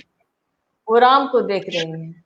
राम भी, लक्ष्मण है उधर, और राम का भी जो है वो ऐसे देख रहे हैं, और देह इस तरफ है और ये इस तरफ है। ये मुद्रा जो है ये मैंने देखा है। तो ये तो दिखाया है, ये तो नॉर्मल बात हुई। लेकिन जो वो आई कांटेक्ट होता है दोनों में, जो उनका नेत्रों का मिलन होता है, उसके बीच में मैंने मतलब कुछ नहीं दिया था, उसको खाली रख दिया था। तो उसने पूछा कि ये खाली क्यों है? तो मैंने कहा there is nothing between Rama and Sita. यहाँ कुछ भी नहीं है।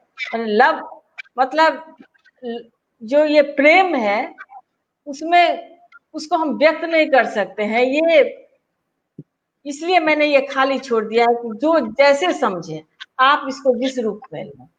तो ये सीता और राम की जो आंखें जब मिली थी ना, तो वहां कुछ भी नहीं बचता है। पूरा प्रेम का वो जो है, उसको हम व्यक्त नहीं कर सकते, इसलिए उस वहां मैंने कुछ नहीं दिया था। बस इतना सा स्पेस मैंने खाली छोड़ दिया है।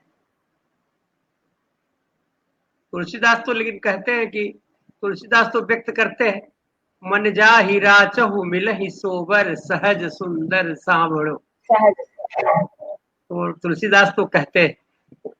चलिए, वो आप और आपका वो भी बहुत अच्छा है कि उस प्यार को क्या नाम दे, वह जो एक दोनों के प्रति जो आंखों से दोनों का जो तारतम्य बैठता है, तो उस वह अव्यक्त ही रहे तो अच्छा है, क्योंकि व्यक्त कर देने से जो उसकी गूढ़ता है, उसकी महत्ता है, वो शायद कम होने की कम संभावना है। हो जाता है, कम हो जाता है।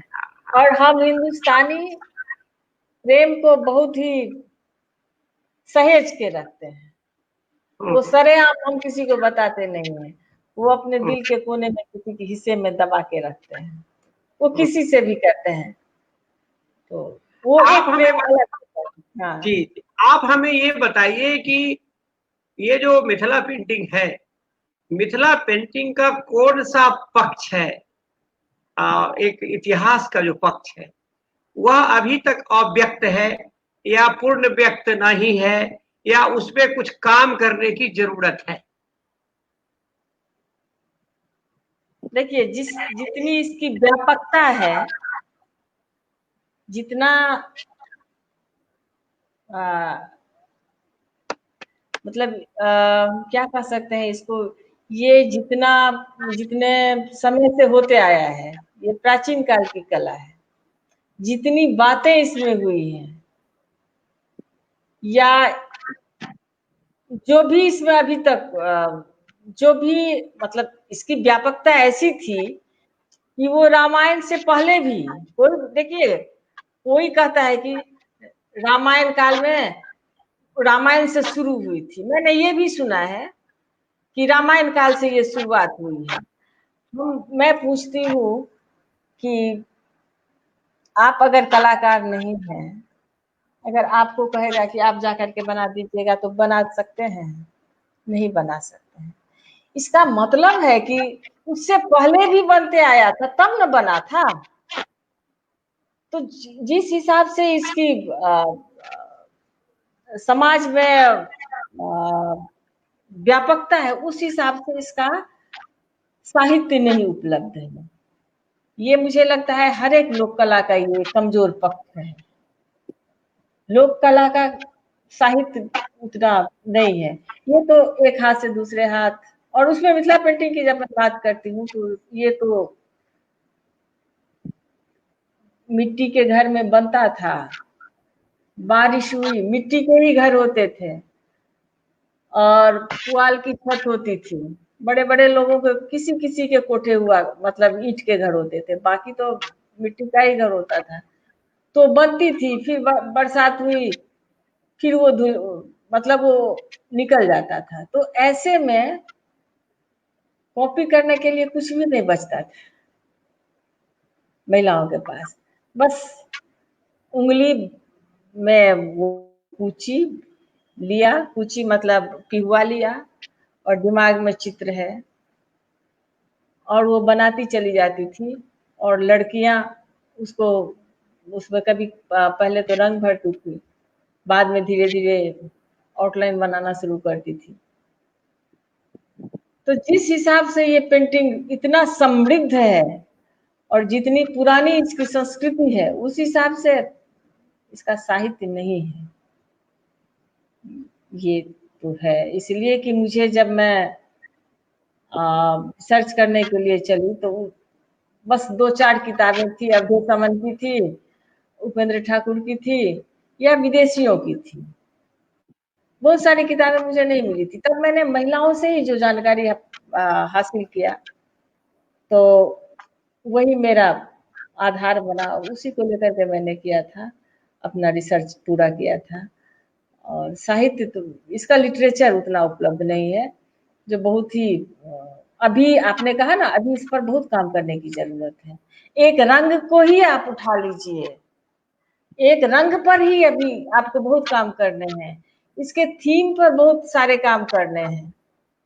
क्यों, एक साइन ऑफ इंट्रोगेशन जो है कि क्यों इतने रंग, चटक रंग क्यों होते थे, इस कारण को हमें समझना होगा, उसके मनोवैज्ञानिक पक्ष को भी देखना होगा।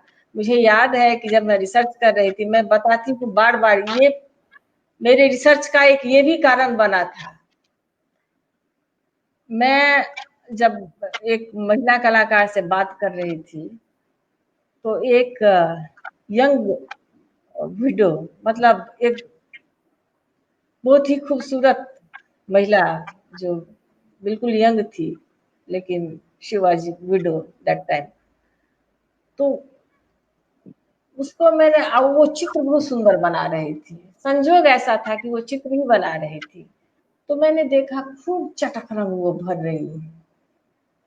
मैंने गौर से देखना शुरू किया, तो मैंने पूछा उनसे कि इतना आपको क्या लगता है, इतना चटक रंग क्यों देती है? तो उन्होंने बहुत मार्मिक जवाब दिया था। उसके जीवन में रंग नहीं है ना, तो उसको वहां दिखा रही है वो बोले कि भगवान हमरा ने डाहि देलखिन, हमरा हाथ में कलम छे ना, मेरे हाथ में तो कलम है ना, रंग है ना, हमको नहीं, भगवान ने नहीं दिया, मैं तो इनको पहना सकती हूँ। और जब पहनाती हूँ ना, सीता की को, राधा को लाल साड़ी पहनाती हूँ, हरी चूड़ियां पहनाती हूँ, तो मुझे अंदर से लगता है कि मैंने पहन लिया। एक महिला बोली, एक से पूछा कि इतना जेवर आप क्यों मत देती है? तो उसने भी कहा था, दूर भगवान के हमरा ला नहीं जुड़ लेने दीदी, हमरा तो पेन छे ना हाथ में, हम खूब को पहिरा दे छे। अब बताइए, एक यहाँ मिनट भी एक मिनट एक मिनट, ये देखिए, जो विधवाओं की जो बात आपने कही, हम कहते हैं कि पेंटिंग्स में जनरली आप अपना होप्स, अपना एस्पिरेशंस, आपका ड्रीम जो आप अपने के लिए चाहती है, वो उस पेंटिंग में आप करती है। मैंने आपसे भी कहा कि आपने वो किया। विद्यापति उस नायिका के लिए कहते हैं, विधवा के लिए कहते हैं एक सर तारा क्यों नहीं देख, एक सर तारा क्यों नहीं देख, लिखल कुमास अमंगल लेख। कि अपने यहाँ कहते हैं ना कि जो सुबह सज का तारा जो है ना, उसको अकेला नहीं देखना चाहिए, क्योंकि जो अकेला देखेगा तो हो सकता है कि उसका जीवन साथी चले जाए। तो कह रही है वो नायिका की, मैं तो विद्यापति की नायिका कह रही है विधवा, मैं तो वैसी तारा हूँ जो अकेली हूँ। तो आपने जब कहा कि वो अकेली तारा जो है, जब वो पेंटर बन जाती है तो अपना होश को कैसे ले आती है। बहुत आगे अपने मैं अंदर, मैं वो उनके अंदर जो अतृप्त इच्छाएं हैं, उन्हें भी तो मन करता है ना कि वो सबकी तरह रहे, लाल साड़ी पहने, जेवर पहने, चूड़ियां पहने। लेकिन उस समय, आज से करीब 40 साल पहले की मैं बात कर रही हूँ, जब मैं इतना समझ भी नहीं पाती थी कि मिथिला पेंटिंग क्या है नहीं है, मैं नहीं उतना समझ पाती थी। वो बात मेरे दिमाग में घूमती रही थी। तो उस समय मैंने सोचा था कि इसका मनोवैज्ञानिक पक्ष क्या है, इसको जरूर इस पर शोध किया जाए। तो बहुत सारी बातें हैं। मैं तो कहती हूँ अगर मिथिला पेंटिंग की बहुत सारी विशेषता है, तो उसमें सबसे अहम विशेषता यही है कि हमारी ये महिलाओं की जो दमित इच्छाएं थी, उसको उन्होंने अभिव्यक्त किया था, अपना स्वर दिया था, अपने को मुखर किया था।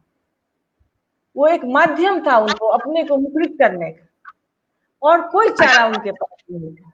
मैं फिर आपको, जब आपने कहा कि दमित इच्छा को व्यक्त करने का एक माध्यम था, तो मैथिली में जो एक गीत है वह भी दमित इच्छा को व्यक्त करने का एक माध्यम है, और वो है बटगबनी। और वो है बटगबनी। बटगबनी में महिलाएं बड़ा उन्मुक्त हो जाती है, और क्या सास क्या पुतहू सब एक साथ हो जाती है, और बटगबनी में पूरा चैलेंज करती है, सारी बातें कहती है, खोल के कहती है, उसमें जो सेक्सुअलिटी है वो खुल के आता है। तो आप एक कोई ढंग का बटगबनी सुनाइए और फिर हम इसको पेंटिंग से जोड़ें।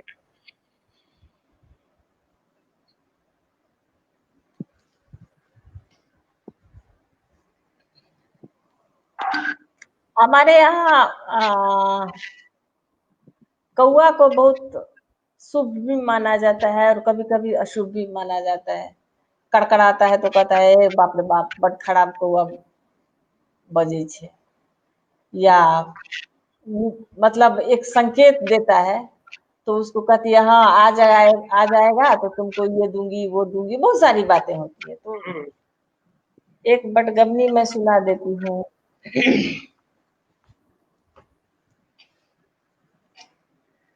आर गंगा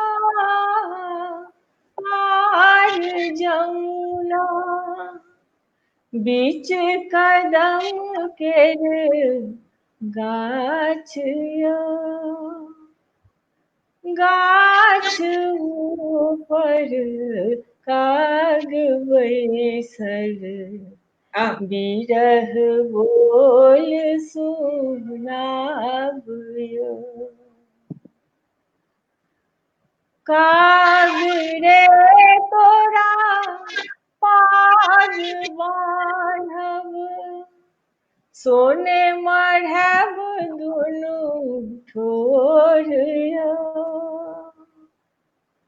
पाँति ऊपर पाँति लिखब, जो पिया अवता आज। उसके बाद वो अपने नैहर का भी बखान करती है। बोलिए बोलिए। बाबा के बारी दाखदारी में गाछ, और सुपारी के गाछ बाबा के बारी दाखदारी में गाछ, और सुपारी के गाछ माई रही तथी तोरी पठवी तथी, भाई परम कठोर सासु है दुख कहब ककरा पुत्र आहाक पर देवयो सासु है दुख कहब ककरा पुत्र आहाक पर देसयो आहाक पुत्र सासु ओतहि गमाओल हम धनी बारी बहेस हम धनी बारी बहेस।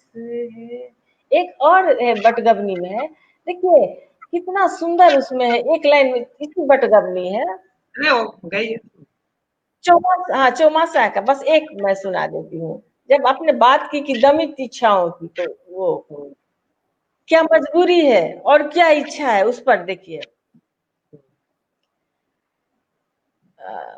चैत है सखी चित भेल चंचल जौवन भेलै बलाइयो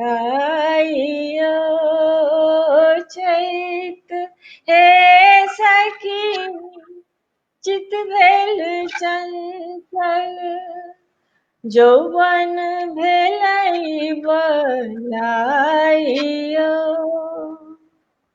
अन धन रहिते रामा बेची बाटी खैतहु ई धन बेच लो ने जाइयो ई धन बेच लो ने जाइयो। तो इस तरह के गाने बहुत सारे ऐसे गीत हैं बटगबनी झूमर में, इन सब बातों में लोकगीत मतलब गजब की चीज है जिसमें सारी बातें आप कह सकते हैं, कोई उसमें बाध्यता नहीं होती है। तो ऐसा है।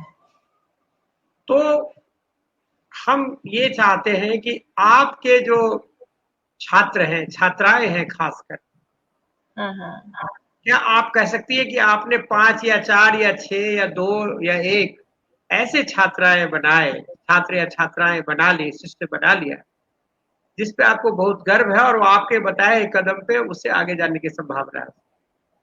हाँ, ऐसी मेरी छात्राएं हैं। अच्छा, तो आपकी बेटी भी है, तो क्या आपकी बेटियों ने सीखा मधुबनी पेंटिंग?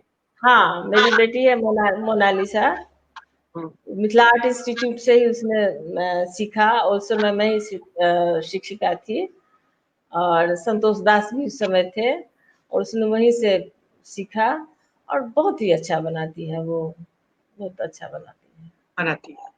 हाँ, बहुत अच्छा बनाती है, अभी भी बना रही है। बच्चे छोटे हैं लेकिन फिर भी बनाती है, इसलिए कि उसके बिना वो रह नहीं सकती है। मैंने कहा ना, कलाकार नहीं रह सकता है, वो बेचैनी होती है उसके अंदर। जब तक हम बनाते नहीं हमें चैन नहीं होता है।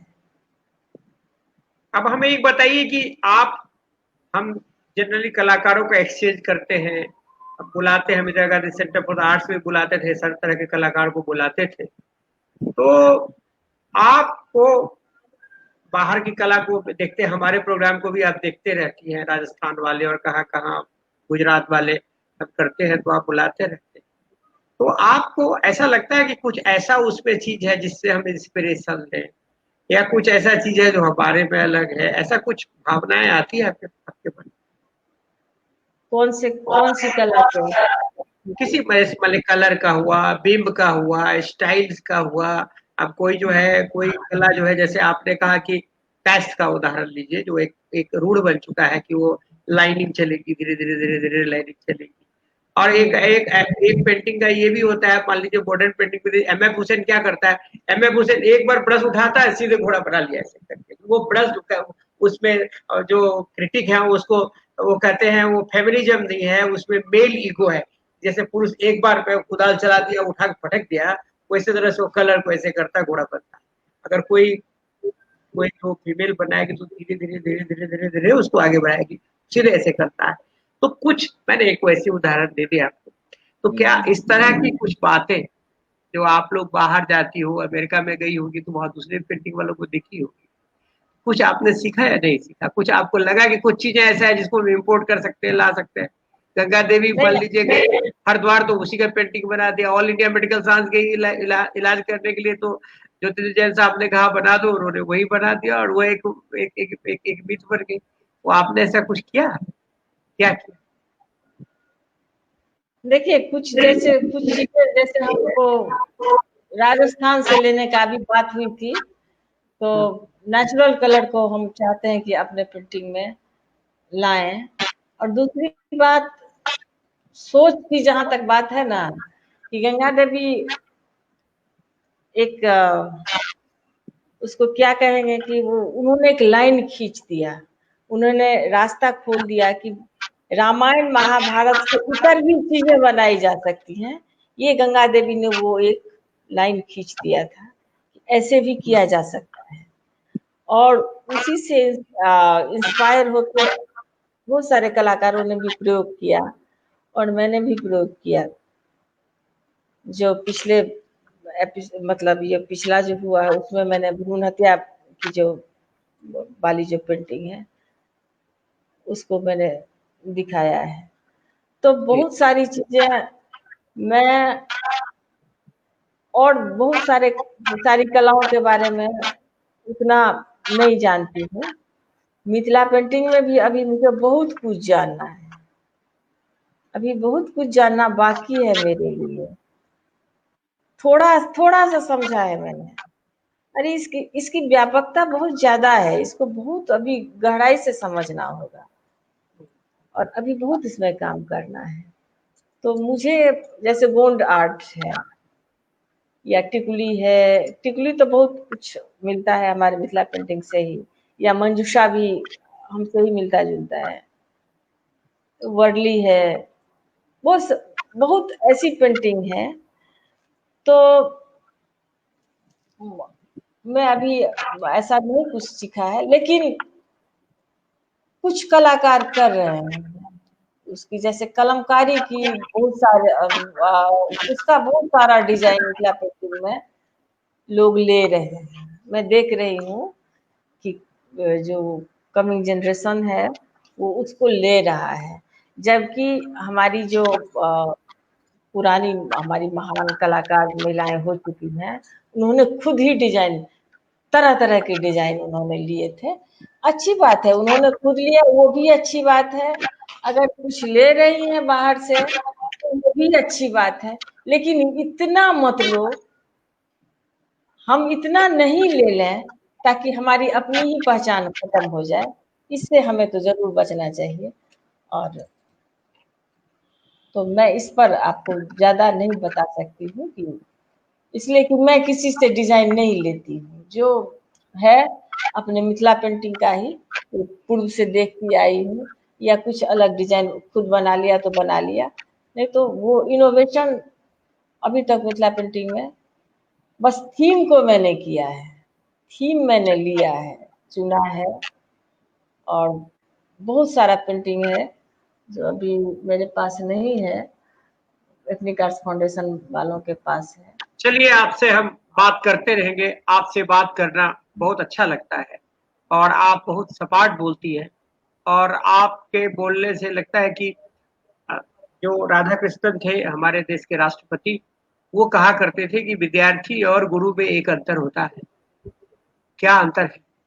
तो बोलते थे विद्यार्थी जो होता है वह खास समय के लिए विद्यार्थी होता है, और गुरु जो होता है अंतिम सांस तक विद्यार्थी होता है। तो आपने जब मुझे कहा कि आपको सीखना है, तो मुझे लगा कि आप परफेक्ट गुरु हैं। और हम बउआ देवी से जब भी बात करते हैं तो अंत में वो खुद कह देती है या हम लोग कह देते हैं कि समडाउन से वो कहे, और वो समडाउन गाती है। तो मैं आपसे भी यही आशा करता हूँ कि आप एक समडाउन से इस प्रोग्राम का अंत करें। अंत नहीं, इस प्रोग्राम को संपूर्ण करते हैं। तो समदाउन मैं बेटी का ही समदाउन होता है। समदाउन तो हम तो दो चीज करते थे, एक तो समदाउन और दूसरी बात जब पुतोहू आती है उस समय जो गाते हैं। कभी कभी लोग आजकल ये भी परंपरा चली है कि भाई रोना धोना अच्छा नहीं है, तो समदाउन गाने के बाद पुतोहू जो आती है उसके लिए जो गाना गाते होगा, लेकिन हम ये आपके ऊपर छोड़ देते हैं। नहीं नहीं, समदाउन हमको गाने दीजिए। हाँ गाइए। कैलाश जी, ये बहुत मुश्किल है कि आज मुझे गाना गाने में आज दिक्कत हो रहा है, लेकिन फिर भी उसकी परवाह नहीं करते, हम जैसा भी गाते हैं बस।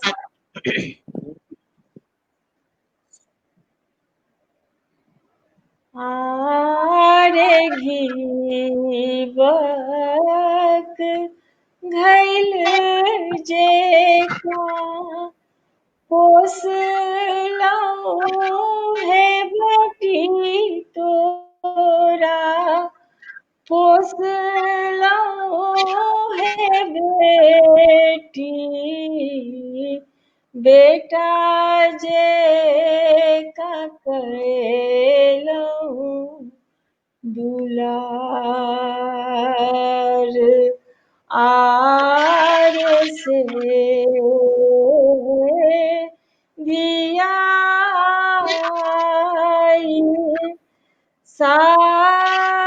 सासुर जाई छथि, सासुर जाई छथि, आमा खसली मूर्छा,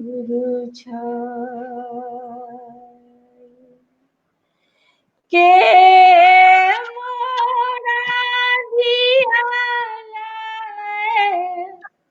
बसिया जोगावत, बसिया जोगावत, के मुख करत दुलार, आरे दुनु रे अम्मा के दिया को नारावती, दिया को नारावती, छने छने उठती चेहरा। इस तरह से गाना है समदाउन का। अभी मेरी आवाज अभी खुल नहीं रही है, हो सकता है कुछ संजोग इसीलिए होता मैंने है। आपको मलार गाने के लिए नहीं कहा, नहीं तो हमारी इच्छा थी नहीं मलार सुनने के लिए, लेकिन नहीं, मलार में गा तो देती गा गा दीजिए, देती हूँ। गा हाँ, दीजिए। बैठ के मैं नहीं गा पाती हूँ। तो हाँ, एक बात खड़ी मैं हो। आपको बता देती हूँ, मैं अपनी ही आवाज बहुत दिनों तक सुन नहीं पाई। आप कहिएगा क्यों? मेरी माँ बहुत अच्छा गाती थी, तो बचपन में याद है कि मैंने एक बार गाना गाया, मऊहक हो रहा था, वहां जाके मैंने गाना गा दिया। मेरा भी शौक था कि गाना गाओ, तो मेरी माँ ने कहा कि ऐसे नहीं गाया जाता है। पता नहीं क्या हो गया, उस दिन से मैंने गाना ही छोड़ दिया। उसके बाद हमारे घर के लोगों ने मुझे कभी गाते हुए नहीं सुना। माँ ने तो साधारण रूप से लिया था कि इसको सिखाना है, या चाहे जैसे हमको बोली कि ऐसे नहीं गाते हैं। मैं चुप हो गई थी। उसके बाद मैंने तकरीबन 20 सालों तक अपनी आवाज कैसे गा सकती हूँ, नहीं, बहुत दिनों के बाद मैंने गाया, और ये मौका था खुल के गाया। जब उषा दीदी ने मुझे चरखा समिति में बुलाया, मैंने खुल के सारे गाने गाए थे, वो पहली दफा। तो मैं एक मलार गा देती हूँ, अपनी माँ के ही मुंह से सुना हुआ। जी, जी।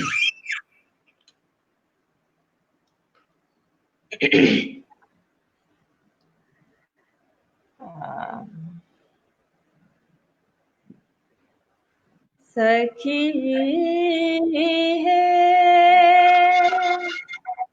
श्याम हमर बर छलिया। क्या बात। नेह देखाए हरि जोग पठाला।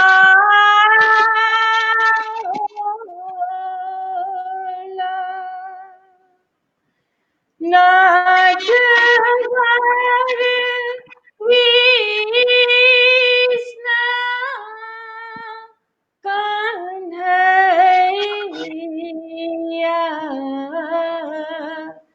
हे उधो श्याम हमर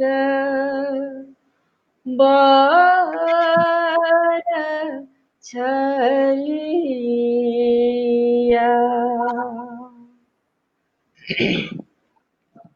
श्याम बरन छनी मनहु जे श्यामा छनी। निपट गुआरा गमैया हे उधो श्याम हमर बर छलिया। ये गीत जो है ना वो राजलक्ष्मी जी दरभंगा महाराज का मुसलसल थी, जो राजलक्ष्मी बड़ी महारानी थी, उनका लिखा हुआ ये गीत है। जो मेरी भाभी है वो बहुत सुंदर गाती हैं। तो आप भी बहुत अच्छा किसी गाइए। को मैंने गाया आप भी बहुत नहीं, अच्छा आज गाइए। मैं आप तो गाना इतना अच्छा गाती है कि आपको छोड़ने का मन नहीं करता। लोग भी बड़ा गौर से सुन रहे हैं, लेकिन चूंकि अब समय का लेकिन एक तकाजा है, अगर हाँ आपकी एक और इच्छा हो तो आप गा सकते नहीं, शादी का गाना जब तक नहीं गाते हैं ना तो तो आप अभी गाइए। तक। हाँ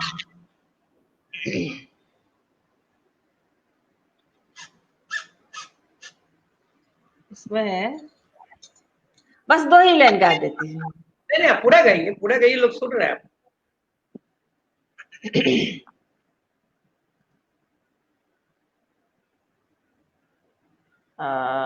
शादी का गाना।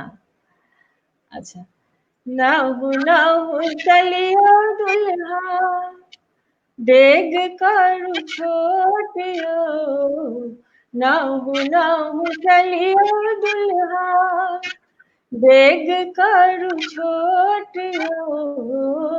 अंगना में होत दुल्हा विध व्यवहारियो। अंगना में होत दुल्हा विध व्यवहारियो। आनी ठगवाक मुझ केरा भालरियो। उड़ीदक घाटी दुल्हा तखन चिन्हैबयो। उड़ीदक घाटी दुल्हा तखन चिन्हैबयो। ठक बक के कहलन दुल्हा माटी के मुरुतिया। किछु ने सिखेलखिन दुल्हा के बहिनी छिनारियो। किछु ने सिखेलखिन दुल्हा के। मतलब शादी का गाना जो होता है ना उत्साह वाला होता है, तो वो गाना गाने में मजा आता है। ठीक है, आप आई, हमें बहुत अच्छा लगा, आपसे बहुत चीज सीखने का मौका मिला। आप तो ज्ञान की अनंत महासागर है, आपसे बहुत कुछ सीखना है। और मैं ही नहीं, जो हमारे दर्शक है वो बहुत इंगेज थे, वाह कर रहे थे। और लोग बता रहे थे, हमारे डॉक्टर गुंजन है वो कह रहे थे कि गायकी यहाँ तकनीक नहीं सांस का हिस्सा है।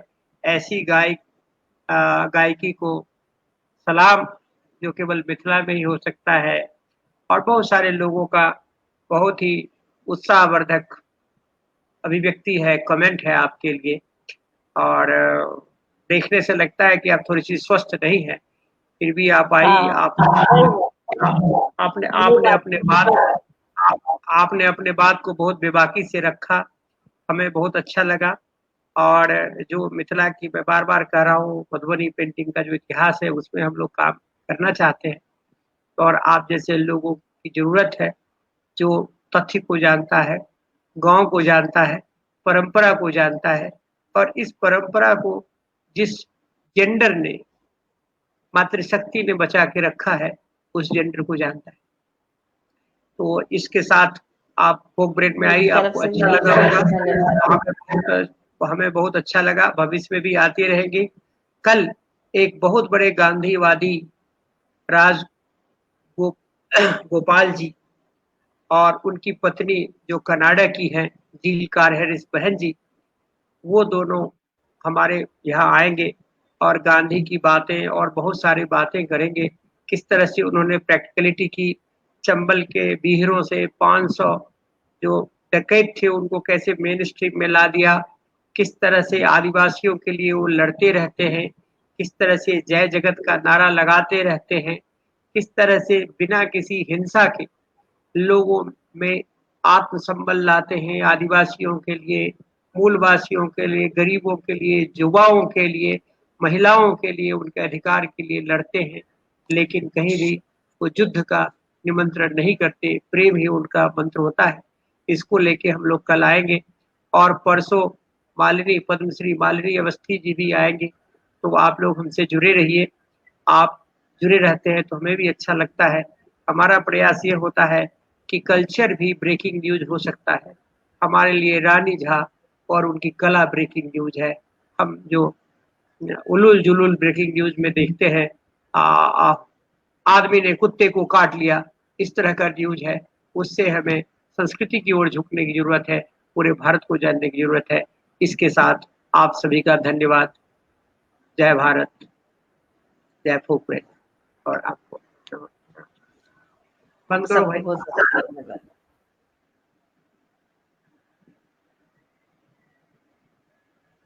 मुकेश बंद कर दीजिए।